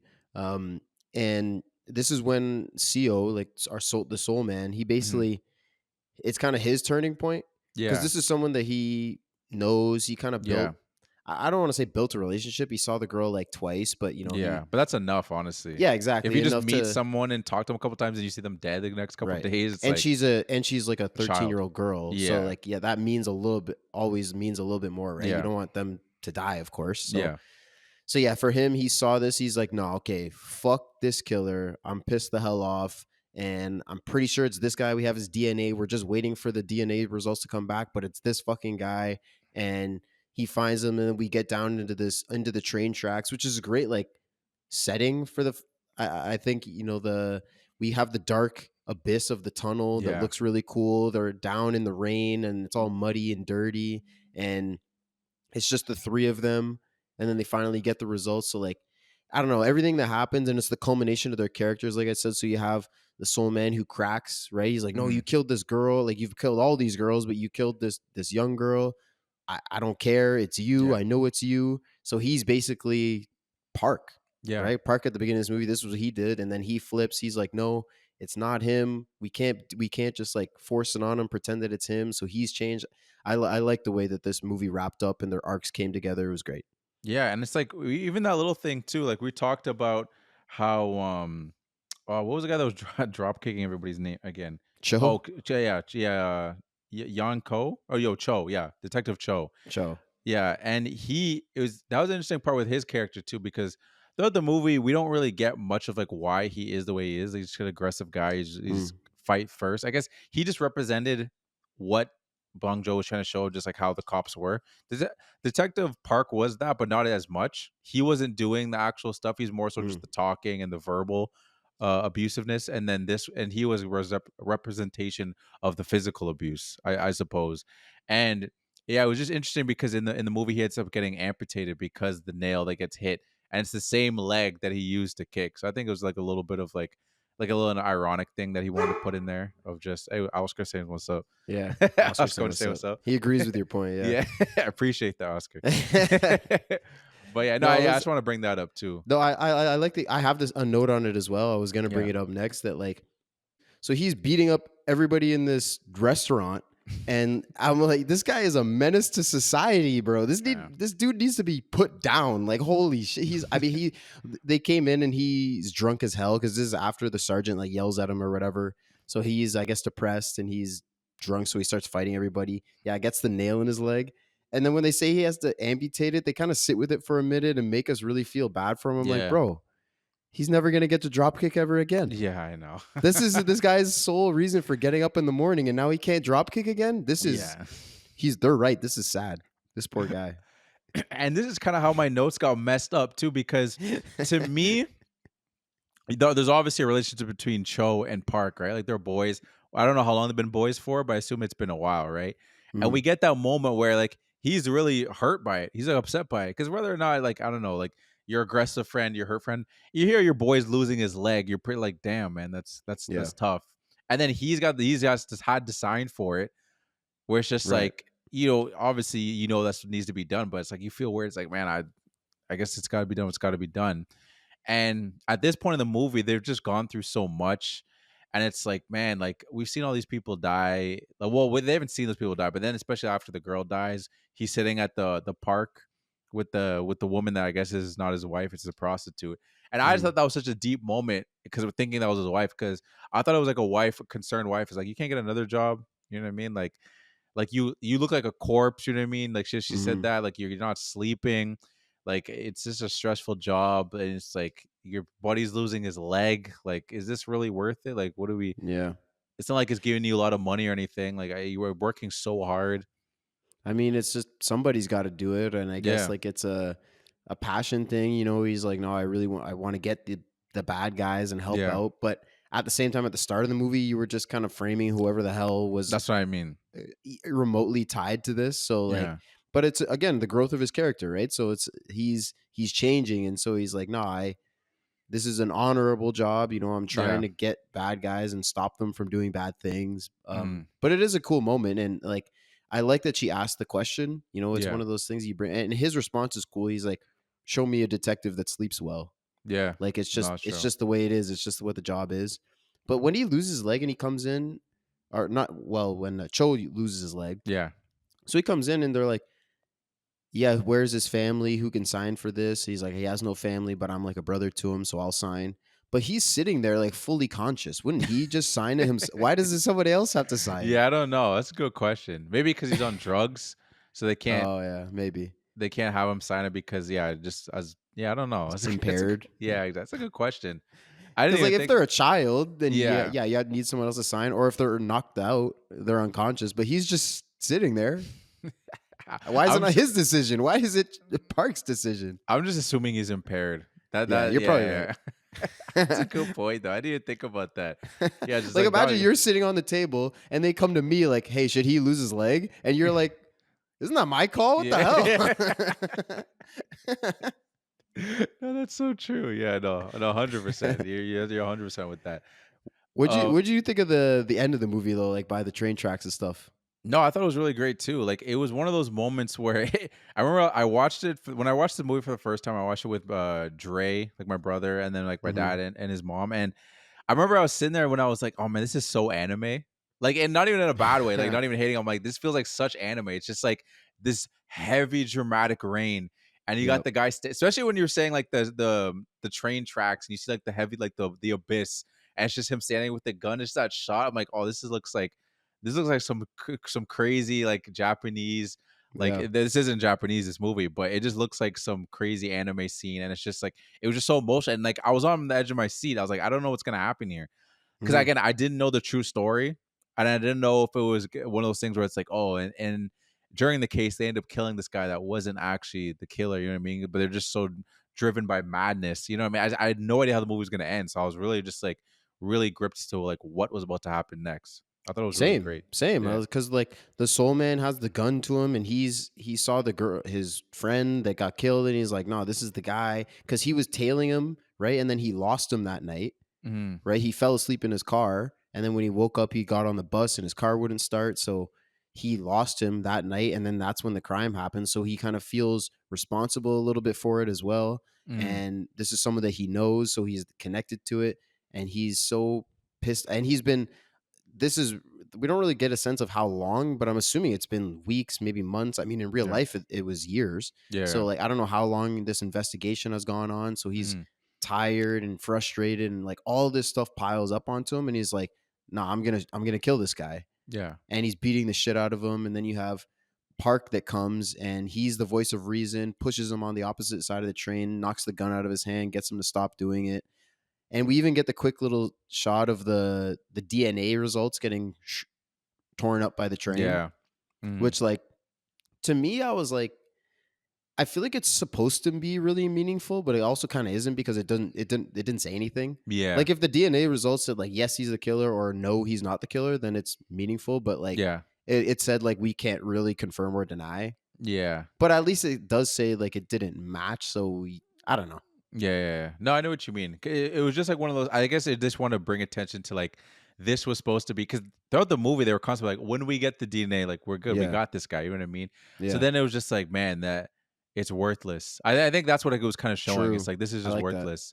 Yeah, It was this big thing that we were kind of building up that like once we get this, we're gonna be good, and like it doesn't mean anything. So yeah, might as well just be fucking just blown in the wind and get ran over because it's meaningless. yeah. That's a good point. I like that actually. Yeah, and there's that.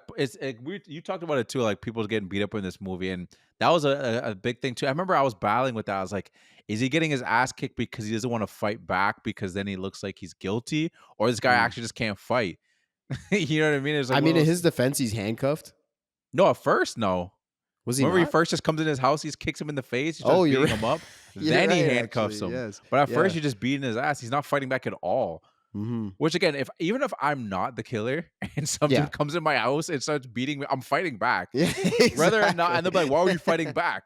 It's the What do you same thing. mean? It's the same thing that killed me about the red panties guy. There's a funny line too. They're like, "Yo, if you're not the guilty, why did you run? He's like, I was literally about to like beat off, and some guys jumped out of the bush. So and yeah, started I chasing ran. me. Yeah, so I ran. And I'm like, valid. 100%, yeah, because they weren't like, "Hey, police, stop!" what They I just started mean. chasing him. So Yeah. if you're, if you got your Your meat pants out. down at your knees with Yeah. your meat out, and 3 dudes start chasing you out of the woods, what are you gonna just stand? No, you You're running fuck for it. your life. I don't know what these guys are about to do to me, man. Yeah, they didn't say anything. No one said police or whatever. Yeah, And at no point did they until like they literally he got a drop kick, and then it was like, oh, we're police by the way. He's like, damn, why didn't you say that like 2 exactly. blocks ago? Yeah, that is a good point.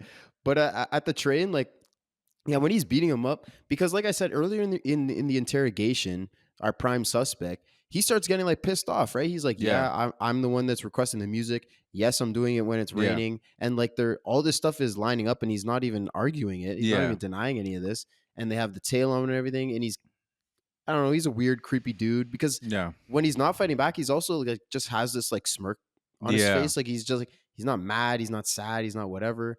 But he was getting pissed. He was maybe gonna crack and say something in the interrogation. So I was like, this is our guy. Like Yeah. this is, That's what it felt like. yeah.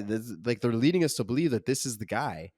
And then so I had no idea what was gonna happen in this last scene, and then they end up letting him go. But we do get the quick moment of Park looking him in the eye, doing his thing. So he gets to Yeah. do that one more time. He looks him in the eye, and then they sit in it they give some good close ups. One of Yeah. Hyang Gu Yeah. and Yeah. one of Park. They keep Yeah, going Hyung. back and forth, so they're both looking at the camera, and like, I don't know. To me, like it was hitting me like in Yeah. the chest, like just these guys staring me in the eye. I'm like, this is tough. This No, in it the is. rain, and like I'm like, is this the killer? I'm trying to read him. Like that fucking means anything. Like Yeah, I know. I got the eyes of the shaman, and I'm Yeah, like, I know. I don't know. It just they're looking directly at me, and it was crazy. Yeah, and just that line too, where it's like I mean, it almost got me. Where it's just like, tell me, say it. He's like, I killed them. That's what you want to hear, and I'm like, because Yeah. it was delayed. He's like, oh, he's admitting. That's what you want to hear. I'm like, ah, damn. Yep. He's like, and it's just like, again, you're just reading it as like, is he messing with him, or it's just like Yeah. this is like regular guy? And he's like, is that you gonna stop beating me up if I tell you I Mhm. killed them? I know how you guys, because again, he said earlier, like I know how you guys do. You just beat up people and you force them into try to admitting to something they didn't do. He's like, Exactly. is this gonna make you stop if I just say I did it, even though I didn't do it?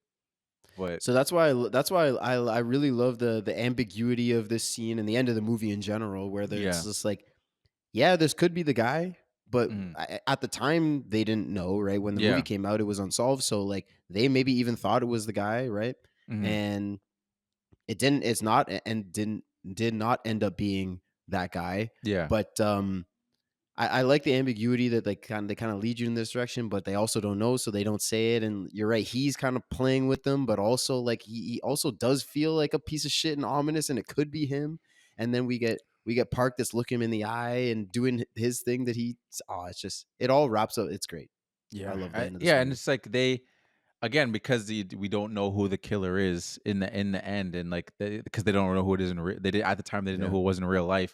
It's just so interesting how like they showed him in so many moments where it's like, okay, this just could be a creepy guy. You know what I mean? He's just sitting there like when Soul Man's watching him, then he gets on the bus and his car doesn't work, and he's like, oh snap! Like, is he about to do something bad here? Like, I don't know. It's not like we ever actually see him. And then the same thing when we see like that scene we were talking about when he's just like we see the killer looking in the bush, like looking back and forth, trying to make his decision. Mhm. And we're like, we don't see the face, so we can't be like, oh, that's the guy. They don't know, but we know. No Yeah. one knows. You know what I mean? So it's just like, yeah, it's insane. Yeah, it's just so well done. We get that flash forward to, which I actually think is a pretty. It's another moment where you're just like, ah, man, because then we get like he's not a detective anymore. Now he's just like a sale. He has got his own company apparently. Yeah. He says my company. I don't know if that just means like the company he works for. Or he actually started a company. He But started it. It's him. yeah, okay, well, yeah, Give we'll him just the say he bit. started. Yeah. I mean, he looks like he's on the up and up. Like he's got a whole Yeah, he's got family the suit. now. He's He's got the like house. a driver. Yeah, Because he's not driving the car. He's got someone Yeah. driving him. Got a phone. Looked like a nice phone for 2000 whatever it was True. supposed to be. I think it was 2000. I think it was supposed to be the year the movie came out. 2000. I think it was supposed yeah, to I be think you're right, 2003. actually. Yeah, you're yeah. right. And yeah, that little conversation he has with the girl. It's like it's Mhm. that moment where it's like we feel it, and like he kind of feels it too. Where it's just like, I'm not over this. Like Yeah. I need to know because he looks Yeah. under, and she's just like, what do you look like? Just plain and ordinary. And he's like, Yeah. that's not enough. I need Yeah, to that know doesn't help me more. at all. Like yeah, because it's always like a trick question when someone's like, "What do they look like?" Yeah, I Like, how know. do you explain? I guess you can explain like hair color and if they were wearing something or whatever. But like in general, like how do you explain what someone's Yeah, look like? You know, he had eyes and a nose and two that's what ears. I Like mean. And it's a so, like child too. yeah. She So wasn't she's like, analyzing him. yeah, she's like, it's or he looked ordinary. And then the last shot is him like looking into the camera, Yeah, and I'm like, I have two cool things about this. One is, well, one of them is maybe not cool. It's just my opinion, but yeah, like he kind of looks like it's like a trigger for him where he's like, oh, that means it is this guy. Like to yeah, me, that's what I got from that look was like hmm, that meant something to him, yeah, where he was like, oh, he looked ordinary. That means it was, which to me, I was like, yeah. that doesn't. I don't know That how dude you would wasn't have got ordinary that, though. but That dude like, wasn't yeah, ordinary. Yeah. you don't think so? No, he was like a good-looking dude. Remember the He girls were looked looking pretty at him and ordinary. stuff. No, remember the girl when he was at the restaurant, the girls were kind of looking Oh yeah, back and they kind of giggled a bit. that's true. I'm like, this is not an ordinary dude. People aren't looking, turning their heads at him. Yeah, that's a good point. So like, Yeah. it could be your thing where he's just looking and he's more like internally like burning, like I Yeah. need to know, like it's something like that. But like my first reaction was like, did that tell him something? Like, Yeah. does he now know who it is? I wasn't really sure. Yeah, no, that's tough. And yeah, it's that thing too where it's like I think it's probably so many emotions and it's just like Yeah. he's sitting there thinking like, man, that guy he came back. Like, he's still out there. Because Hmm. who else would just go under there and look? Because he says like, yeah, I did something over like here a while ago, which is yeah, it's wild. Which kind of ties into like real because now like we're just getting into a little bit of like the real uh crime scene that happened. The guy they end up finding the guy's name was the real killer was Lee Chon Jae, I think is how you say Hmm. his name. Yeah. And he like confessed everything and he talked about because like those huge gaps of times when like there wasn't any killings because I guess they were getting close and he was kind of nervous so he didn't want to like I don't know, just it's in a small town. Didn't want it to lead to him. And he talked about, which is like we hear. I mentioned it earlier. We hear this all the time. The killers always return to the scene of the crimes, and that's a lot of the times what he did, like to help him. Like he's like, I can't do anything. I can't kill anybody right now. But if I just return to the scene of the crimes, it's almost like reliving it, so then I can like be at a bay Oh, with it, which is wow. wild. Yeah, it's just it's crazy when you just hear like interviews with serial killers and stuff, and just hear the things that they say. It's just like, Just to get a taste of like how their mind works and like, yeah, yeah, that's so creepy it and really is. yeah, that's really. But like the last shot, like when it ties to real life. Like when Yeah. he's looking at the camera, so he's looking right at us, the Yeah. viewer. And what's really cool about that is our boy JB said that he was confident the killer would watch the film, Mm. right? Because it was unsolved at the time. So if there's a movie, if you're the killer and there's a movie that's coming out about your kills, Yeah, true. you're probably gonna. So he was like, I'm confident he's gonna watch this film. So the last shot of Park looking right into the camera is looking eye to eye with the killer Mm. from Nice. Bong Joon-Ho's perspective. So he's kind Yeah. of like, yeah, I see you. Like, I don't know who you are, but Yeah. like, you're fucked up. And Yeah. like, I don't know. It's just, I don't know if he's really saying anything to him or if it's just like an eye Mhm. punch, just to be like, yeah, fuck you. You Yeah. know, it's just so ominous to think about that. Like, No, yeah, I'm for looking sure. eye to eye with the killer of the movie that I'm making. And what's cool about that is Lee Chun Jae, who Yeah. you just said is the actual killer. He Mhm. admitted to it. He Yeah. said that he did watch the movie, Oh, really? and he said he didn't really have any emotion towards it, which is Ah, insane. okay. Yeah, it is wild.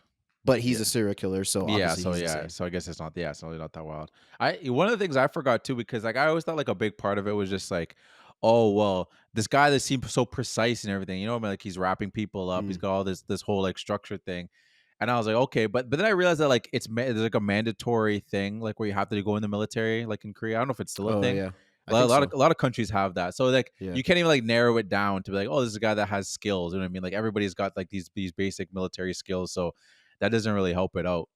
true. It's crazy too, like when because I watched like a video on just kind of them talking about the true crime of it, and it's crazy that like when they started mapping out like where all the killings happen and stuff like that, and then they actually found and then you see where the guy actually worked and where he lived, and it was so close to all of it. He's like, man, he was literally like literally right under our noses because it's a Mhm. small town. So they must have at least talked to him or passed him like a bunch of times. Like everybody did, just because it's just happened in a small town. It's wild. Yeah, I mean, you would have been, yeah, talked to him, walked right past him and everything. But Hmm. if you don't have the DNA to get him, like Yeah. how else do you get him? And if he wasn't the one calling in the song requests, was it just a coincidence, or was he the one calling in the song request and gave a different address, or you know what I mean? Like, I don't know Yeah, how no, it's that even true. worked in real life. Yeah, well, no, apparently he did. Like he did request the songs in real life. So I So don't know how how did that they get didn't. him? I don't know because maybe at the time they didn't. Maybe it was more so like the movie where like they didn't have a soul man. Whether it's like, what is that? That maybe, or they didn't have the female They didn't detective to notice. point that out. Yeah, they didn't Yeah. notice it. But then once like those details, but I guess they put it in the movie, so maybe I guess they would have had those details. I have no idea. I But don't that know. that could have came after. Yeah, I guess No, that's true. no, it couldn't have came after. What Couldn't do you came mean? after the movie came out. Oh, that's what you meant by And, after. well, and I mean, it was unsolved, so it's not like they Yeah. could have. When No, the it's movie true. came out, it was unsolved. So yeah, they must have had this information before. Yeah, but they just couldn't. They Huh? couldn't nail it to that guy. Yeah, again, there just wasn't enough. It was just too. I Yeah, it was guess. too. And then also the crazy thing is that in the end, he didn't even go to jail for all those murders. I know he was. Yeah, Yeah, because what's it called? Like, it's with that window of like the statute of statute of limitations limitations. was up. So like the only thing that actually got him was for like the last killing that he admitted to, and then once they got him for that is when he admitted that like I did all those other ones too. Yeah, And at that time yeah. they had another guy in prison for it.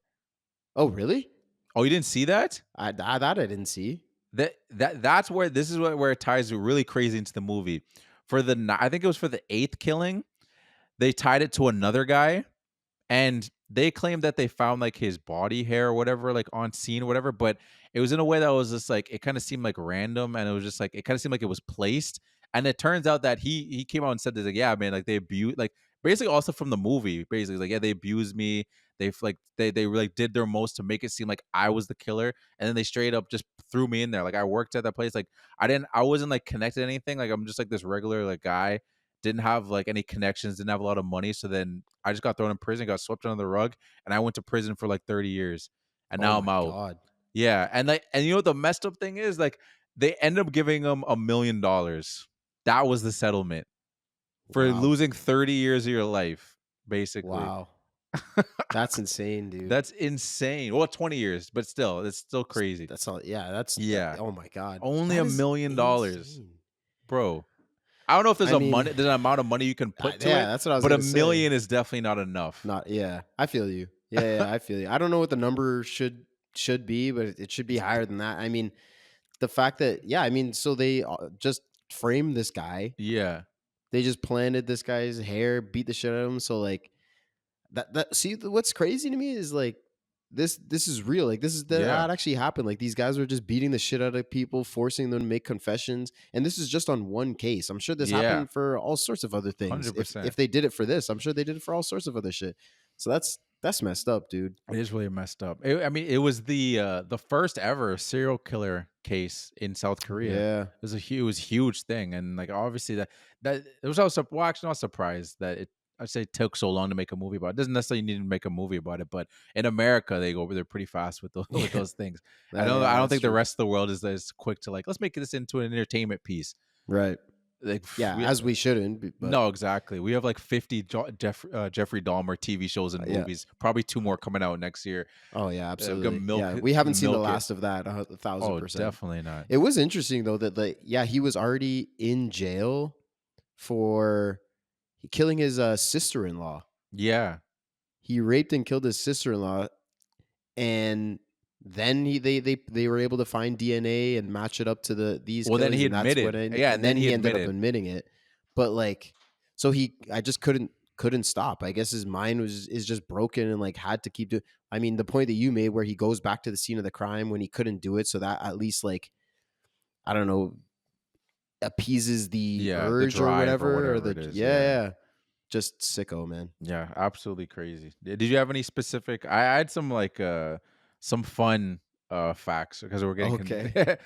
I think I got through all mine. Give me some fun facts. Okay, well, there was like a 2-hour documentary. I tried to watch as much as I could of it. I Mm, didn't even know there was a documentary until like last minute. So like, oh, let me try to watch them. I want to see some of the behind the scenes stuff. And it was just just interesting hearing our boy our JB just talk about like a lot of the production stuff, kind of like the casting. But one thing I thought was kind of funny is again, it's like a small thing that like all these little behind the scene, all the little like small roles in the movie, you used to assume are just like small actors, little extras. I would grab extras here and there.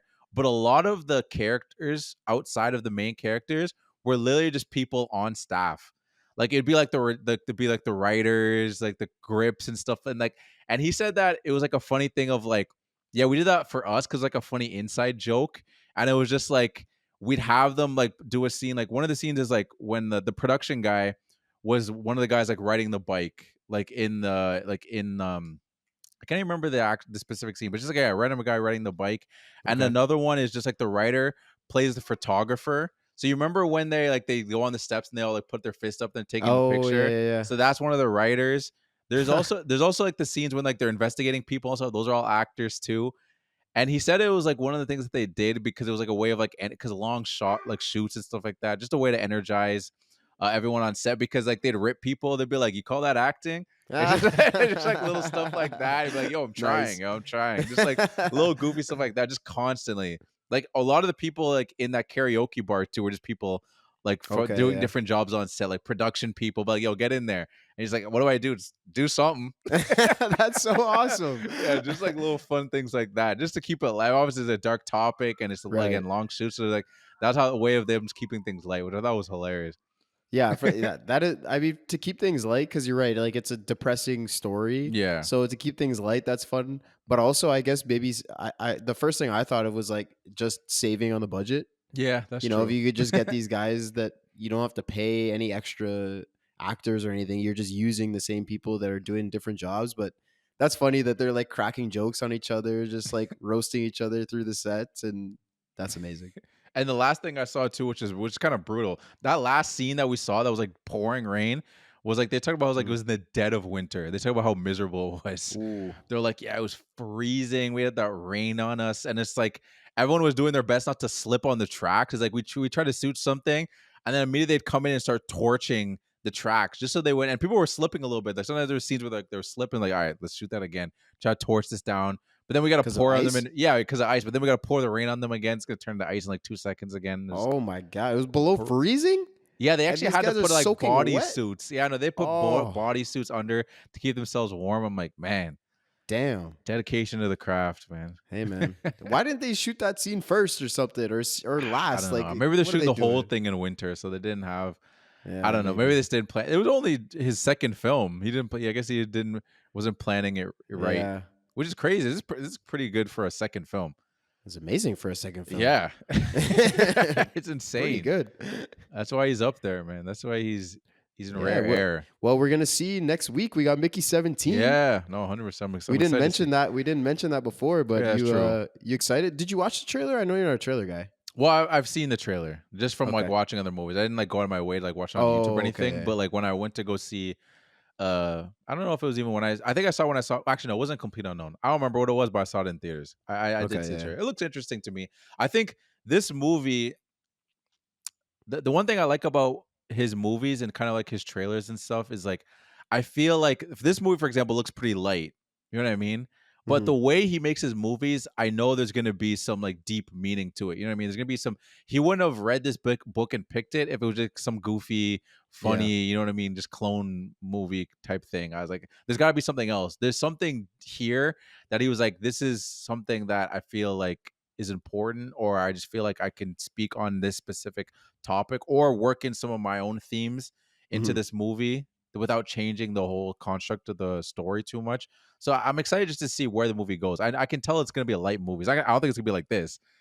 No. No. I mean, one, it's fiction. Yeah. So like that already makes things lighter when you Mhm. know that this isn't real. It's Yeah. not as meaningful like when someone dies or something. Yeah. Two, we know like when this guy dies, he's gonna come back. I Yeah. mean, based on the trailer, that's Yeah. the only information I have. But um, I'm assuming he'll die in some comical ways. There'll be like you were talking about earlier. He's gonna mix in some humor for sure. Yeah. Um, but I think you're right too. I think there's going to be some meaningful, maybe some dark tones, some maybe not necessarily dark, but deep, Yeah, and like deep. it. Yeah. Yeah, it'll actually have meaning into the maybe the human experience behind, because basically, if this guy's just going and dying day after day after day after day, he's he'll maybe be some meaning of life type questions that get brought up, and like I don't know, we'll see what it's gonna be, but I trust my boy JB. Yeah. Same. I like Pattinson. His Yeah. accent, I don't know how that's gonna do. It's Yeah, they'll see. sounds a little weird in the trailer, but we'll see. But it might be. I think it's by choice though, because For it's so sure. weird that it's not like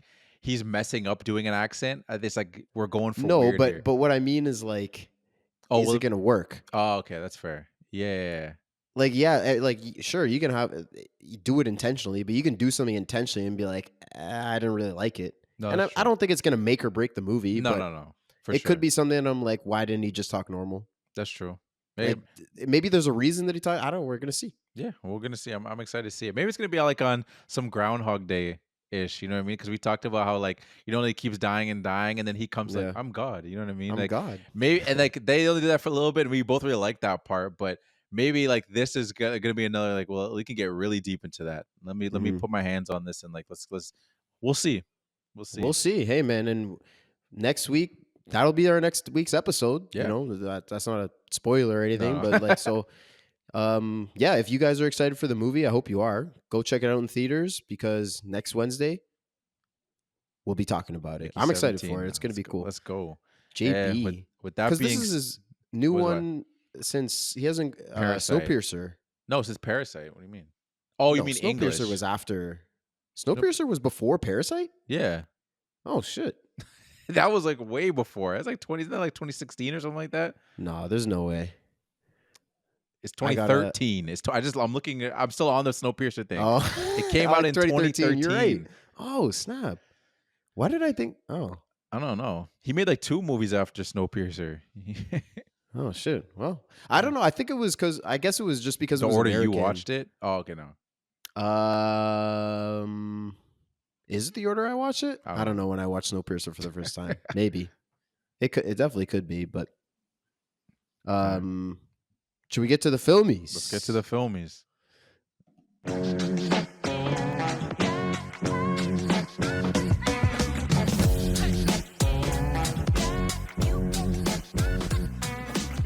Ladies and gentlemen, welcome to the filmies. Dion talked about it a little bit earlier. He's saying this is our film award show, and that's exactly what it is. We got 6 awards, and our first one is the fit check. So best or worst fit of the movie. Not a lot of wild fits. There's a few that stick out. What did you go with? Yeah, that was the thing too. Like I struggled with this. Like it was there's nothing really that popped that much. It's just regular. Everyone's kind of wearing their regular stuff, but I ended up giving it to Sol Young. So I think that's the name of the person that we deemed as his wife, but also might be a prostitute. Oh, okay. That was her name, right? Sol Young. Am I saying that right? Kwok. Yeah, you're right. Sol Young. Yeah, Kwok Sol Yeah. Young. Okay, so Yeah. it's when it's near the end of the movie. I'm literally just giving it to her. I like the cardigan. Like there's not much. It was a good. I know what you're talking about. Yeah, it's the green cardigan. It had like Mhm. the yellow trimming on it. She's wearing a regular button up on it, and then she got a skirt, and then some maybe they're nice sneakers. I don't know if they're Nike or if they're nice. They're But- nice. But NIC. very plain outfit. But I'm really messing with the cardigan, and that was the thing that stood out to me. And she's wearing it in a crucial part of the movie. Sorry, like when they're walking and the killer's choosing. She's rocking that cardigan, and that's when it really stood out to me too. Because you got a nice like zoom in of her. I was like, "Oh, it's a nice cardigan." That might be my fit check, and unless I see something else later on in the movie, and I was like, "Didn't." So Yeah, I rocked with that. I like it. I didn't end up choosing that as mine, Yeah. but I definitely thought of it because I was the same thing. I was going through. I was like, there's nothing really that crazy. And the cardigan, it got my attention. I was like, Yeah. okay, she got that shit on. She's cooking right now, you know. But I went with a worse fit. Okay, I guess I could have went that route. I don't know why I didn't think that. I went with a worse fit, and it's the red panties, bro. I knew. Like, As soon as you said that, like, bro, what is he doing? Oh man, Like, is it the color for you or is it? No, I I'm mean, just he's got. kidding. They're like frilly. Yeah. They're like red fucking underwear. Oh my goodness. What do you do? Like, one, he's got that under his work outfit, Yeah, I know. and but I could even give it specifically a little bit later in the movie when they're torturing him. So he's Yeah. like, his work outfit's gone. He's still got the red underwear and just like a undershirt over top, and like, yeah, he's getting tortured. I'm not expecting him Yeah. to look very good, but like, you chose to wear those red panties, Yeah, bro. that's true. And now it's your only thing. He's If the you- red panty guy. That's his wrestling name. Hey man, Oh. RPG, red panty guy. Oh. That's it. That's him, bro. RPG. You know what? It's funny as soon as you said worst fit, I'm just like, a light bulb literally went into my head where I'm just like, why didn't I do that? Yeah, why didn't I do that? That is the perfect reason to Well, give the a worst cardigan. fit. The cardigan was good. No, it's can't hate on true, the but cardigan. I think your worst fit is better than the cardigan. Yeah. It just in the Okay. standards of like, no, it's great, man. I'm mad. Do you want to switch it? No, I don't want to switch it. I'm good. I'm gonna stick with the cardigan. I matched the cardigan, but that's great. I like that. Yeah, to me, I mean, fit check is it's our word around clothing, right? Yeah. And like this is a prominent. It's part of the story almost. It Like, they is. found him because of the red underwear. I was like, this. It's got to be my. Yeah. And no one else has gotten any crazy. If someone else had a crazy fit, I'd have to give him that, Yeah. but there wasn't. So Well deserved. all right, next we got our Nas Reed Award. Okay. This is our sixth man. So someone on the crew, could be even be off the crew. I'm giving you a little teaser about mine. Okay. So someone with a small role that did the most with their small role, and we want to show them some love. So who gets your six man award? So mine went to Officer Kwan Kui Oak. So that's the female police officer. I'm sorry if okay. I butchered her name, but the female police Nice. officer. Mhm. And I gave it to her just literally because of like, she literally was like the sixth man in the sense of like, 100%. she did the most coming off the bench, where Oh, it's yeah. just like, I don't know if they would have even solved, well, they didn't solve the case, but I don't know if they would have even been anywhere. I think the Soul Man was doing a pretty good job, but she was a crucial part of helping them get almost everything. Like, Definitely. I literally just got to give her a six man just because of that. She was such a crucial part of them figuring out, well, getting close Yeah. to a. Yeah, I mean, like we talked crime about, she suspect. was the smartest person in the precinct. 1,000%. That's a 100%. great pick. And Yeah, she's thank like, she's the one that found the song thing. So Yeah. they wouldn't have found that guy, their prime suspect, without her. True. No, 100%. pick. And she put herself on the line. She True. was bait. That True. was the moment I was like, she's six man. That's crazy. There's a Facts. circle on the line, and it's just like that. I don't know if maybe she could have refused. It sounds kind of messed up, but like especially at Yeah, those yeah. times, and it's just like she's the only woman. She's like, well, I guess I should do this because like that's wild though that she did it. Yeah. And she didn't even look scared, bro. Because like when she Nah. was walking through, I was like, okay, they're doing this. They're putting her as bait. And she's just like out for a stroll. I was like, okay, she's tough. Yeah, no, 100%. That's ballsy. I gotta give her. Yeah. I gotta give her some love for that. So, what about I you? like though? it. That's a great pick. Who's your six man? Or who? My six man is Oh, it's here we it's kind of stupid. I gave it to Taekwondo, the Okay. martial arts Oh my style, goodness. Okay. because we keep saying drop kicks, but they're called flying kicks, Okay. and they're a key part of the style. And I fucking loved every single drop kick that was in this movie. Okay. And to me, like maybe if Taekwondo didn't exist, they wouldn't have had these drop. I don't know. Yeah. But I was like, it needs to be something about these drop kicks. And I Yeah. almost gave it to like Cho because he's mostly doing them. Yeah. But I was like, I'm not sure if he's eligible. I mean, the rule, Oh, whatever. okay. Yeah. But I get I you. was like, it's got, I don't know. The drop kicks were incredible. Every single time someone got kicked in the chest, I laughed. Yeah. And I never expected it, bro, because it was instant. Instant. He Instant. never asked a question. Park just looked at him and he was like, he knew. He was like, okay, I got you. Flying kick every single time. It was Oh my great. God. The physical comedy is amazing. It's great, man. I remember us all audibly dying when the first drop kick happened. It was just Oh like, my God, yo, it's so fucking funny. what? I was like, murder mysteries. I know. I was like, Hilarious. this is in this movie? Like this, Yeah. it shouldn't work, but it's But it perfect. works. Yeah. Yeah. And that's It's why I amazing. like JB, man. And that's the one thing I'm excited for too. Not even just like his humor is just there hasn't been. I haven't watched all of his movies. I think there's like 2 movies I haven't watched of his. Every Mhm. single movie I watch of his, I love the humor. Yeah. He's got a dark sense of humor. And then he's Yeah. also just got stupid humor, which is just hilarious. Like that's just like he'll have like, hey, when this punchline, let's have him drop kick a guy. Whatever. Let's just have him boot him across the room. Yeah, and he's just I'm just imagining him just like directing him, just like a little snicker. Like that was good. Well, I mean, if Park, like the ad libbed one that we said, Oh yeah, he's probably like dying. if that was the first one, do you think JB saw that and was like, wait a sec, I got to do this 10 more times? Or were there more drop kicks already in the That's a good script? And then Park question. was like, I gotta get one in too, because he didn't have any other. It was only Cho. That's true.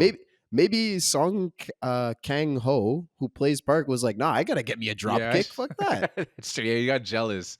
Yeah, exactly. Yeah. He sees this guy booting everybody left, right, and center. He's like, come on, let me get one. Oh, that's good. That's good. That's good. So yeah, Taekwondo is my 6 man. That's I good. literally Googled who invented the flying kick, and it was like it's been traced origins like northern okay. Chinese Yeah. martial arts. So like if I could find who invented it, that would be my 6 man. But I don't know. So okay, that's fair. I like that's how you did your. That's rare. We're in rare air, folks. For those, if you're a first time listener, we have Yeah. usually we give it to a human being. We give it to normally. but this is Well, good. no, I actually, like not that. necessarily. We've given it to like animals and Oh, I guess that's true. No, you're right. That is true. 100%. Yeah. We might have given it to like objects too. We just our Rolodex is yeah, just have going. we? I'm trying to think. I don't know. I Like can think, maybe someone's car, or someone's shoe, like some. Yeah. Maybe that would have been a fit. Someone's shoe, But I it's don't know. definitely very most commonly human beings. Yes. You're right. Yeah. All right. Next, we got our Ferris Bueller Award. Okay. So this is our lazy award. So pretty self-explanatory. Something that we found someone did, or the movie did, or I found some other martial art bullshit that was lazy. Yeah. So, who gets your lazy award or what? All right, so my lazy award, guys, I talked about this earlier, how it could have messed up my notes, and this is how it messed up my notes. Because Okay. I didn't look at that theory of like that wasn't his wife thing until like right before, and I was just like, I'm gonna rock with this because I'm whatever. disregarding that fact. I am Okay. saying this in the fact that Man that is his wife, and that's not Okay. a prostitute. Because I Okay. was giving him a Ferris Bueller because I'm like, yo, there's all these killings happening, and you're just letting your wife walk home by herself. Mm. I'm like, that's lazy. But if people say if it's not his wife, then it's not his wife. Then I'm like, oh crap. But I'm saying it's his wife. I'm like, dog, there's a serial killer, and at no point, I don't care what it is, your wife is not walking home alone at night. Doesn't Right. matter what you're doing. You know what I mean? It's just like, oh, I'm at work, or my wife's doing something. I'm gonna and then I'm gonna come back to work. You know what I mean? Like, out of Yeah. no circumstances. But that's with the basis of that's his wife. So that's my Ferris Bueller. We're gonna move on. What's yours? So it's a lazy award with an asterisk. Yeah, exactly. I like it. Assuming wife. Yeah, This is the lazy award. Yeah. I mean, well, we talked about whether it's a prostitute or not. They still kind of feel Have like a they have some kind of connection. relationship. Yeah. Yeah. So yeah, don't let her walk home alone, bro. No, man. You're literally working on the case of women getting sexually assaulted and murdered, and you know it's raining. You know the song. Come on, bro. And maybe my actress could be to that little girl's parents. True. What Her are as you well. doing? Why? Don't let If your I- daughter walk home alone from school. Or wherever she's at. What are you doing? Well, it's because in Korea they have night school and stuff, but like, it doesn't matter. If it's Cancel night her school- classes for right now. Not even just that. You can still go to school, but everyone in the town knows there's a serial killer. Okay, Yeah. we're gonna let you go to school. We're gonna bring you when school's done. Wait inside. We're gonna bring you out. You know what I mean? It's just like, Yeah. what's going on? Yeah. I'm not even Yeah. talking about. Yeah, it's I don't know. Great point. That's my first. There, switch it to her parents, and then you don't have to worry about the asterisk. Yeah, no, I'm sticking with the asterisk. Forget it. I'm standing on that. Okay. And I what like is it. your Ferris? I gave mine to the police chief, Sergeant Shin Dong Chul, I believe. Yeah. And it's in the scene when they're at they're at the club, the karaoke club. Oh yeah, karaoke bar. Yeah. So they're all sitting at the table. He throws up in this bucket, Oh, bucket. Yeah. and a girl gives him a tissue, and then he wipes his mouth with his hand. I'm like, Even notice. I don't know why. This is my first watch, so I don't know why I was looking. I found this tiny little thing, but Yeah. like, so you throw up. She gives you a tissue. You have a tissue.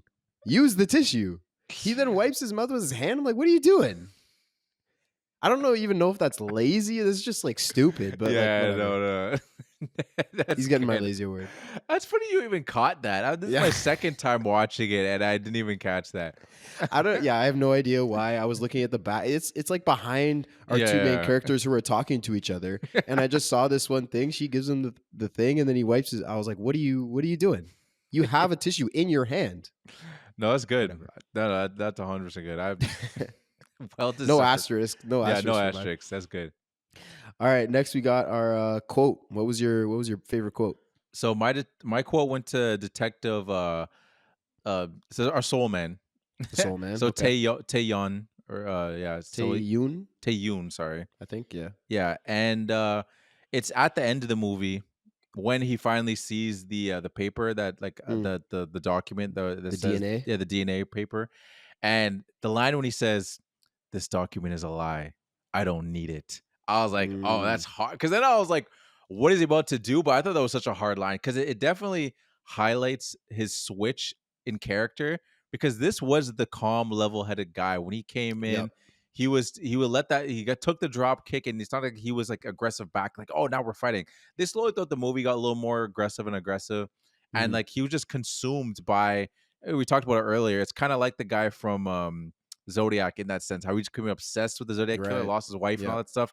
He just became obsessed with this case, and at this point, he's so set on it being this guy. Like it's like it has to be this guy. Like I need this to sleep at night. Like and he's just like looking at the documents like this is supposed to be the thing that's gonna tell me that now I can just pull the trigger or whatever I need to do is like justify me this beating. And his mind is set. He's locked in Yeah. on it.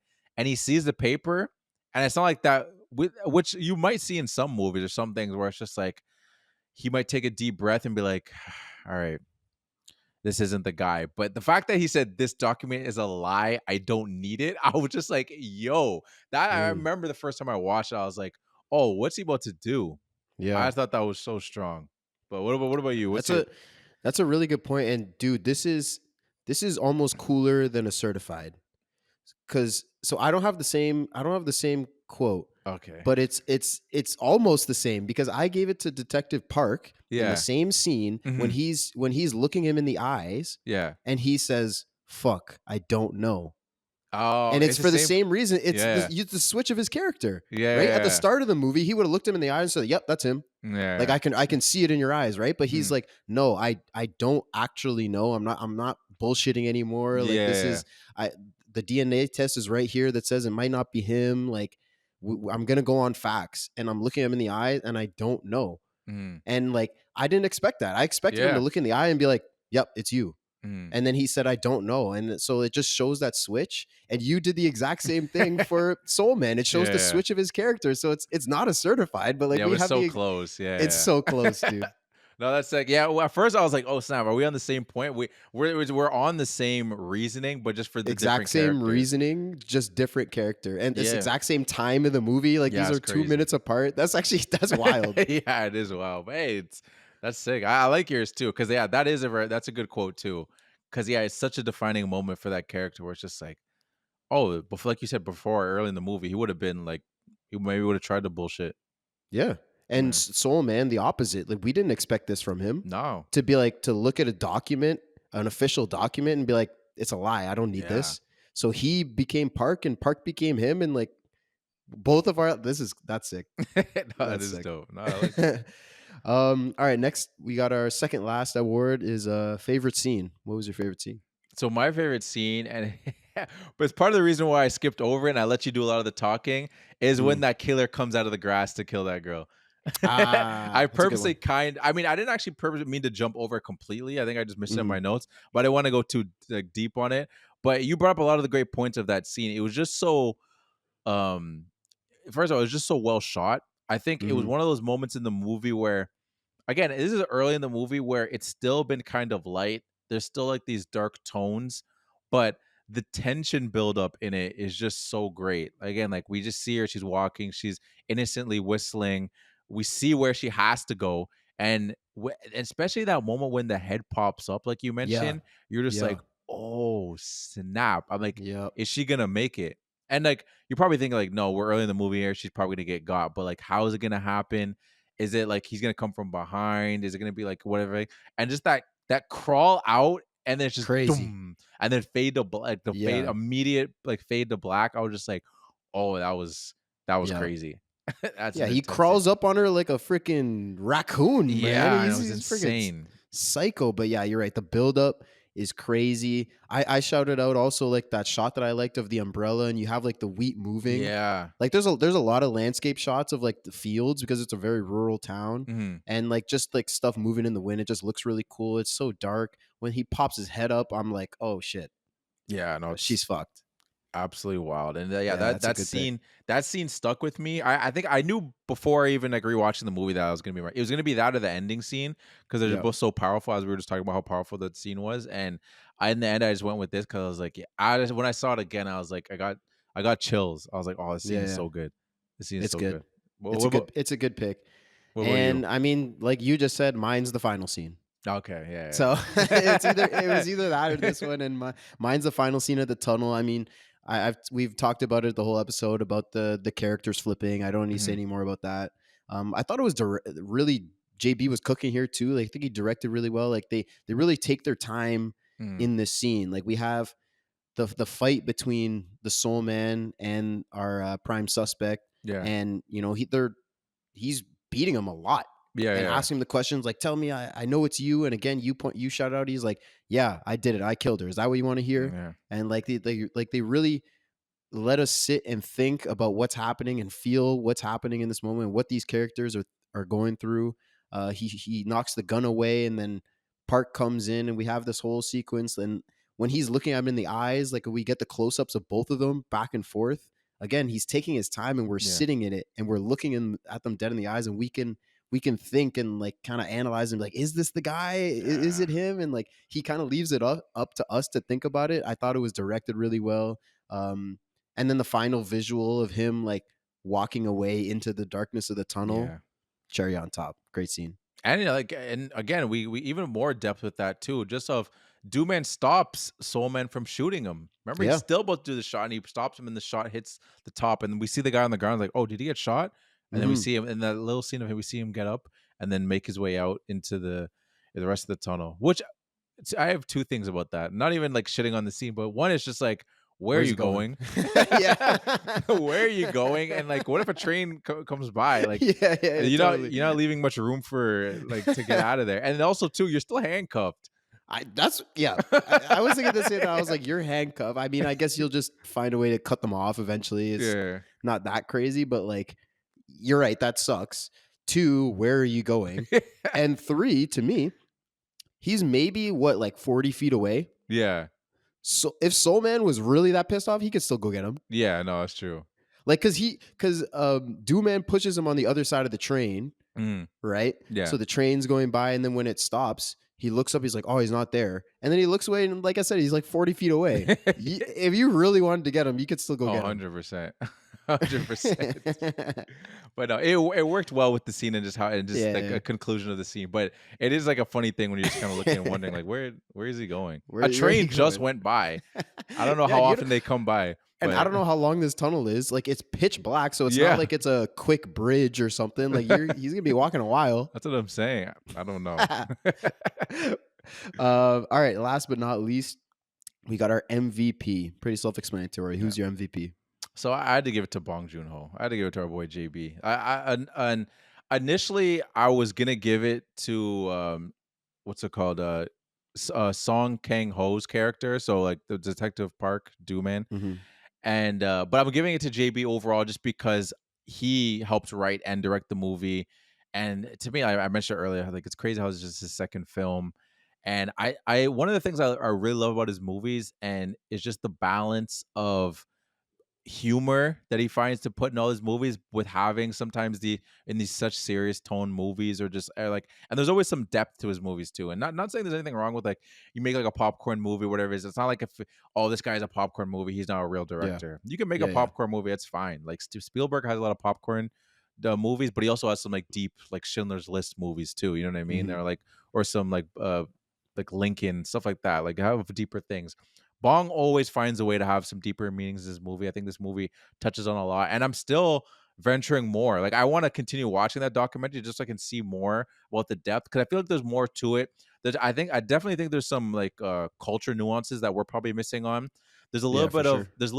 like the little background stuff. Like there's little things that are added in there, like when they're in the streets and there's like raids happening, the military is going through it. You mean I feel like that's probably speaking on something that was happening in Korea in like 1980, like 86. Right. Now that I'm at 100% like that, I'm kind of ignorant to. And then Yeah. even just like there's little parts too when you hear like the sirens. Like I think it's like they're doing like the drills of if It because was I like remember. gas or something No, they in the do. school. Was that's what it was? I don't know. I feel like something No, like not the that. school drills. I mean, like when the sirens were going off. You know what I mean? Oh, yeah, like a Like, civil security or something. yeah, and they still do those too, because when Eloise went to South Korea, like to work in the lab, they still do those. It's like just like we're doing like a practice just in case North Korea tries to invade, or like tries to do something. So everyone has like the sirens go off, everyone go in your bunkers, do those things, Yeah. like that kind of stuff. So like there was those little subtle things that are like kind of going on in the background. I feel like there's more of that I can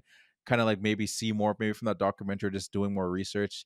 But the cinematography is just great. I just think the movie is just great overall. Like I'm not gonna do a comparison and be like, is this his best movie compared to this? Da, da, da. I think this movie just in itself is a really great film, and I want to give him my MVP just because I feel like it's such a so well done, especially for someone me. Like I really love mystery movies, Mhm. and like to me, it's just it sits there as on the pinnacle of like one of my favorite mystery movies. Hey, let's go. He's got to be mine Yeah, he's too, got bro. to I be it. mean, like He's got to be. all the points that you just said, wrote and directed. That already is like, Yeah. well, co-wrote. He Yeah, didn't. He didn't. co-wrote. It Yeah, wasn't he didn't only do it all him, by himself. but that already is a massive piece of the puzzle. All the stuff that you said.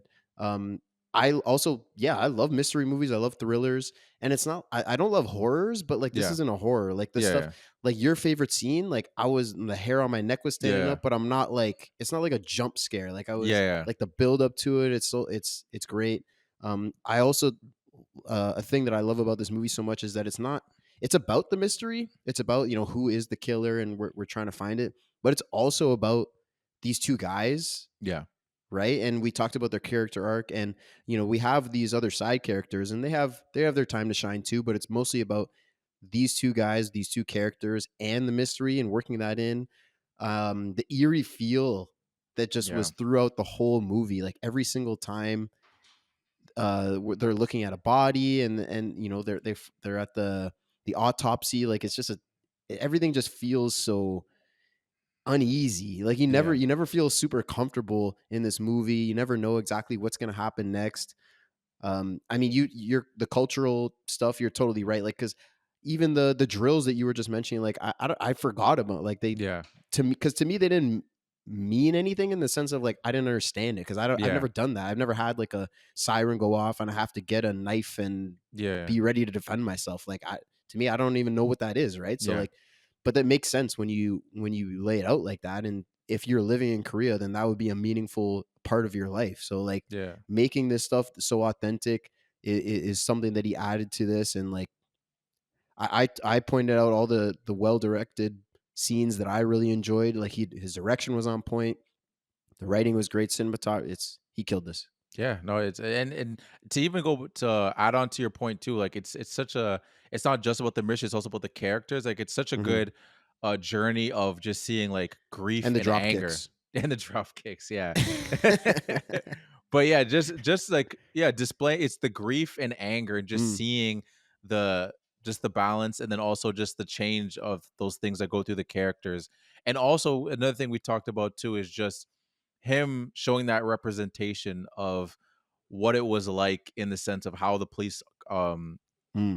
force was, and just how things were with just case. Like it's talking about all the stuff. You know what I mean? Like he doesn't necessarily have to have that in there. He could just have it just be just a case and not necessarily show you exactly how it was, and then it just in the way he did it. I don't know. I just Mhm. thought it was really good.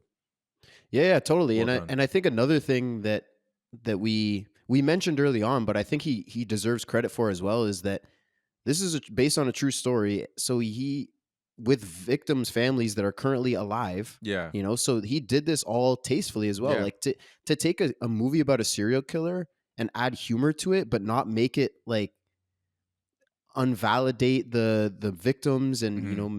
make it cheesy and corny, and be like, nah, man, like don't be cracking jokes. My son or my Yeah. daughter or my died, you know what I Mhm. mean? But he doesn't do it. He does it at the right times. Yeah. Like he I picks think and chooses when he's gonna do it. Like when you're talking about victims and you're going over the autopsy, it's not like he's pulling the 9 pieces of the peach and he's like, oh, 1 away from 10, or yeah, like exactly. not the No, time for a joke. 100%. That is a very good point too. It's like all the stuff like like they found semen, like the baldies, all that stuff like that. Yeah. Like that's all away from the stuff. That's like when it's just the guys, the boys, and they're just talking and like riffing, making jokes and stuff like that. Like all Mhm. the drop kicks. Those aren't no one's drop kicking someone after they find a body or like you know what I mean? Like it's like Yeah, I'm like, God. that's what I'm saying. It's like it's very well done in the Oh sense like man. Yeah. it's separated. It's like this Mhm. is the funny moment. Now we're getting to serious. Now we can be a little more jokey. And there's also just kind of like that point when it kind of just stops. Like Right. we're not joking anymore. Yeah. Yeah. So to do it all tastefully, I think he deserves Yeah. credit for it as No, well. I agree. And I do have one last thing that, Yeah. unless you have one last thing No, no, that, that's all. Go for it. just because the Oscars are tonight, actually, we're Yeah. recording this on Oh, Sunday, and true.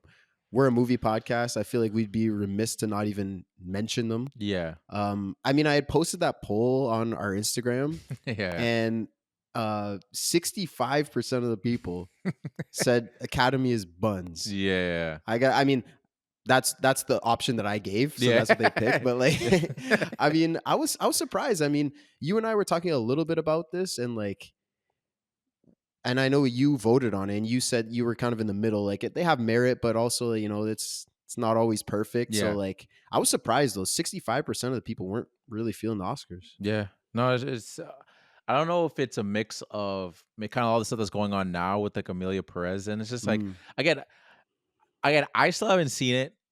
And, like, I've always have a little bit of pushback when people, like, they see a clip and everyone's like, "Oh, that movie looks like it's yeah, trash." I'm like, yeah, "Yeah, but you haven't seen it." You know what I yeah, mean? Like, I can literally I'm not gonna spoil it if anyone hasn't seen Pulp Fiction.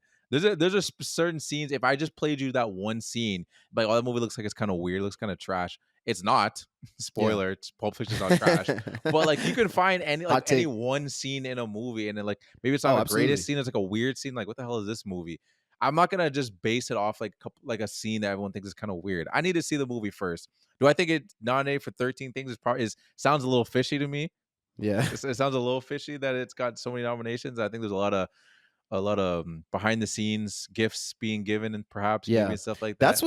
what sucks about the Oscars, is that like, you like, even just the fact that they campaign for awards, that doesn't Yeah, make sense. no, it doesn't. Like that, like the whole point of like, you make your movie, you do your performance, you put it out there, and if people like it, they like it. If people, if the Academy, if the voters like it, they like it. Like, to try and like convince them, saying like, look how much money I made, or look how well it's doing over here, and like, come on, like, I'm really trying to make good movies, so like, give me some credit. It's like, bro, make your movie Yeah, and let the viewers decide what they think about it.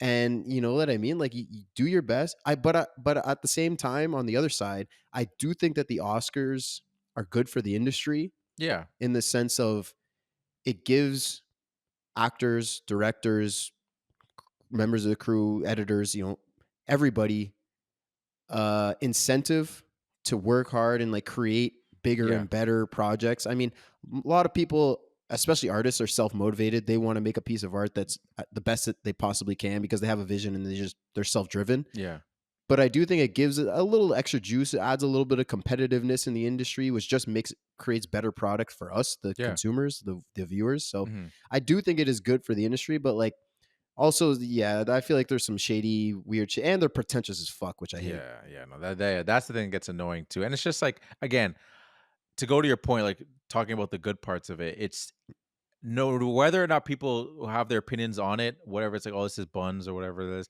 And when a movie ends up winning Best Picture, there's 100% spike in the people that are gonna go watch it now. You know what I Yeah, mean? And maybe absolutely. it's a movie that bombed at the box office, and now it's like, oh snap, like let's go.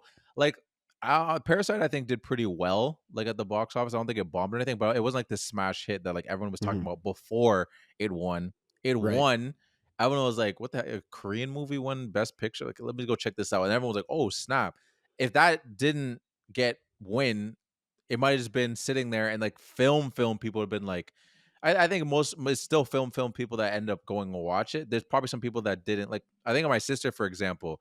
She's not like a film person. She's actually got more into films now, probably because of me. We talk about movies a lot, but she like her school teacher played them Parasite. Oh wow. Like, and I don't know if her teacher would have played that if they didn't. And then everyone was just like, "Yo, this movie's crazy." Like, I Yeah. think if you're in high school and everyone's like, "Oh, we're gonna watch a Korean film," especially when you're in high school, your mindset and everything probably like, "What the hell?" Hmm. Like, put on fucking Terminator or some shit, or like I don't know, like something from like this country or whatever, just like Yeah. something dumb. But then you watch the movie and everyone's like vibing with you, like, "Wait, what? This movie's awesome." But you're right. It also gives it that like that credit to be like, if you're sitting with your friends, you're like, oh, what movie do you want to watch? You're like, oh, have you guys ever seen Parasite? And they're like, what, a Korean film? And you're like, yeah, but it won 4 Oscars, Yeah. one of them being Best Picture. And then maybe people be like, oh, okay, yeah, maybe I will check it out. So like, Mhm. yeah, you're right. For smaller movies, I think it can help. Like like I said, it is good for the industry, but like, but I also like, for example, in this one, like the reports came out that like some of the voters didn't even watch Dune 2. Yeah, I know. So like how are you voting on Best Picture? You haven't even seen all of the movies. How is that not a requirement? But whatever. But that's kind of goes to my pretentiousness point where I feel like they're like, oh, this is a big box office movie that a lot of general public really loved. I got to show you why that's not real cinema, and Yeah, you're I not, know. like by why you shouldn't love that movie and why you should love this movie instead because it's technically more correct. Like, fuck you, man. Yeah, Like, no, 100%. watch the fucking movie. Are That's you what I'm kidding me? saying. And I'm coming out here on a limb with not having seen Lord of the Rings, so I can't really speak on it too much, but, like, they But you gave can love admit to that. no, but what I'm saying is they gave love to Lord of the Rings. Like, Dune isn't some freaking random Mm, popcorn flick. It's yeah. literally, like, not only if you only wanna give 'em the cinematography, I don't even think it's a hot take to say is, like, some of the best, like, The ever. score. Yeah, ever. Oh Ever, my god, it's incredible. century, like, all time, like, it's not like this little space movie that's, like, everyone went out to see it, and it was like, "Oh, yeah, it was cool action scenes, bro," like, it's Yeah, not that. It's yeah. literally everything. It's like a cool popcorn flick that if you don't even know what the hell's going on, you could enjoy. It's not like, "Oh, that movie is so deep for me, I didn't understand it," whatever it is. It's literally all the things. It appeases to everybody, and it happens to be one of the best scores by one of the best directors by one of the best. Like Hans is on there. You got the best DPs. It's just like the best An absolutely actors. loaded That's cast. what Yeah, we I'm were talking about the saying. cast last week. It was just like got every big name possible on this movie, and like, And what was the? I yeah, don't even. And Denis doesn't get any yeah, not even recognition. nomination. Not a Not even a nomination. nomination for best director. And I mean, we're not saying like we're not here to glaze Dune and say. I mean, I am here. we're not. Oh yeah, I was gonna say you were just talking about the best, maybe best cinematography all time. But I mean, I don't necessarily disagree. I haven't seen every movie all time. Yeah, Neither yeah. have you. No one, nobody No, has. nobody But has. like, Yeah. um, but we're not seeing here to say, oh, how did they not watch it? It's got to win best picture, and No, Denis I'm got to not get saying best that. director. No, no, But no. the fact that the voters didn't even watch it, like, come on, Yeah. guys, what are we doing here? And you can't even say it's too long. The Brutalist is almost 4 hours. Yeah, insane, bro.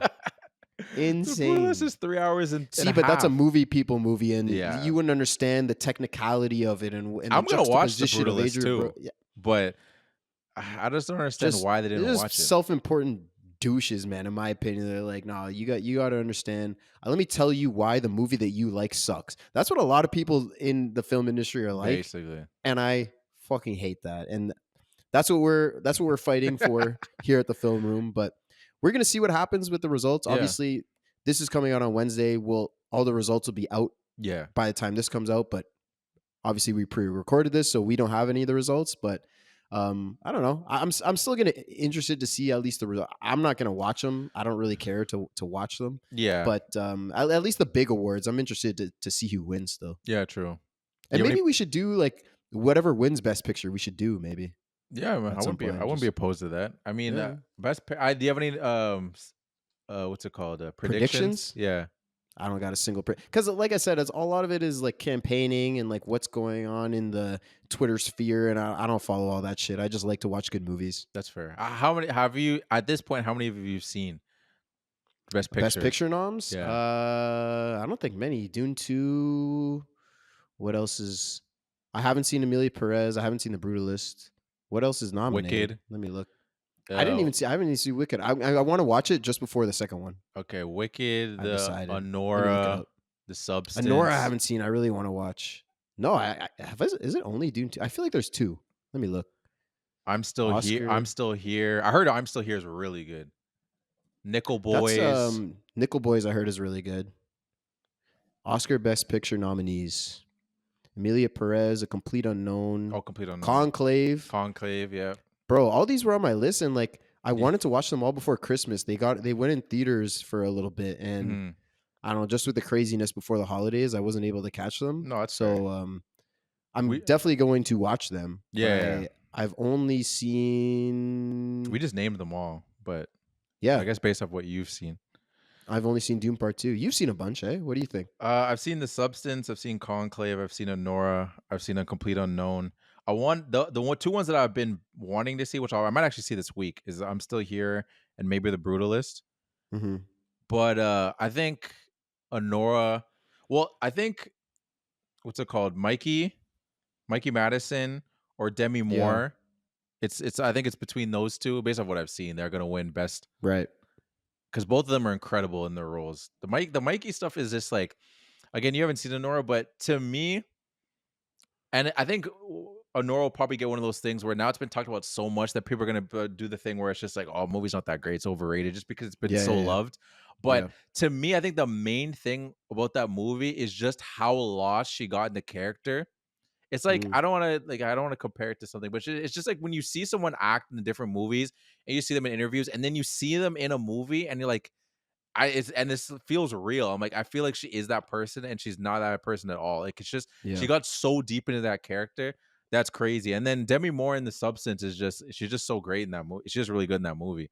And that movie's got a Yeah. lot of deep themes in it, which I thought was really good. Which I'm surprised that they put a horror movie in there. It's like I know, horror dark comedy. I think the dark comedy is what I think is letting it be in there, because I saw them Okay. call it a comedy, and I'm like, it's not really a comedy. It's like calling the movie we just watched a comedy. Like there's funny moments. It's not a Yeah. comedy.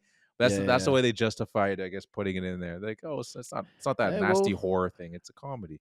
Yeah, we're gonna see what happens. There's a lot on Yeah. the list that I'm very interested in and have been interested. I haven't been Yeah. able to watch, but like I'm going to. Yeah. And you're talking about best actress. I know best actor. I've heard a lot of Kieran Culkin Okay, in yeah. A Real Pain, Mm. and that you I've saw seen. that. Yeah. Yeah, that I've seen. Really good movie, Mhm. and he's great in it as well. So I'm interested to see what happens. But I haven't seen all of the performances, so you're like. Yeah, you I'm can't. not one of those people. I'm not gonna be like, yeah, vote Kieran Culkin. Totally, he should be best because that's the one movie I saw, and you know what I Yeah. mean. But like, apparently the Oscar voters could do that, so Yeah. maybe I should. No, true. But Not do it, yo. No asterisks. Just say do it. Yeah. What do you mean do it? I don't. I don't have an Oscar vote. I can't. I do didn't it. know until this moment. I didn't know. Oh well, now you know. I don't. I Okay. don't have an Oscar Alright, my vote. bad. Sorry. Hey, you have anything else on the Oscars or? No. I mean, yeah. Like I said, we'll see what happens. Okay. We'll see what happens. All right. Well, with that being said, guys, thanks for listening. You can contact us on Instagram, TikTok, YouTube at The Film Room Pod. We DMs, comment sections, reply to stories. We do it all. If you have opinions on the movie that we liked that maybe you didn't like, or maybe we hated on a part that you liked, just we love going back and forth with people. Sometimes we get movie recommendations, opinions. So you can give us your awards. Maybe you think that was a better fit check or a worst fit check in this movie. Something worse than the red panties. The red panty. And if you've been rocking with us for a couple episodes, we assume you're a fan of us. So you might as well give us a review and maybe give us a star. How many stars, Scott? Should they give it? I don't know, maybe 6. 6. If you can give us 6, that'd be great. I don't think they can, so I'll settle for 5. Yeah, we'll settle for 5. Yeah, 5 stars. we'll settle. Only 5 stars, just to be clear. But if not 6. If not 6, yeah, try to do 6. But we appreciate any of it. Like, it helps us grow. And if you do leave a review, we'll definitely read it on the pod because we love just hearing back from the family. And yeah, do you have any final thoughts, Scott? Anything you want to throw in before we close it up? March Madness coming. Excited for that. Yes. Stay tuned for that. Just check our Stay stories on tuned. Instagram. It's going to be a lot of fun. The first post might already be out. Oh, by this think it point? is. Yeah, that's true. Yeah. Oh, I hope you've been But enjoying it. Yeah, vote. Go vote. Yeah. Go vote. And be excited for as it continues. We're gonna be all of March basically, where it's gonna be interesting. Yeah. And with that being said, remember, if you find yourself at a scene of a crime, let's say for example someone steals your bike and there's no hairs anywhere, the thief might be a total baldy. And peace Go out. check the saunas.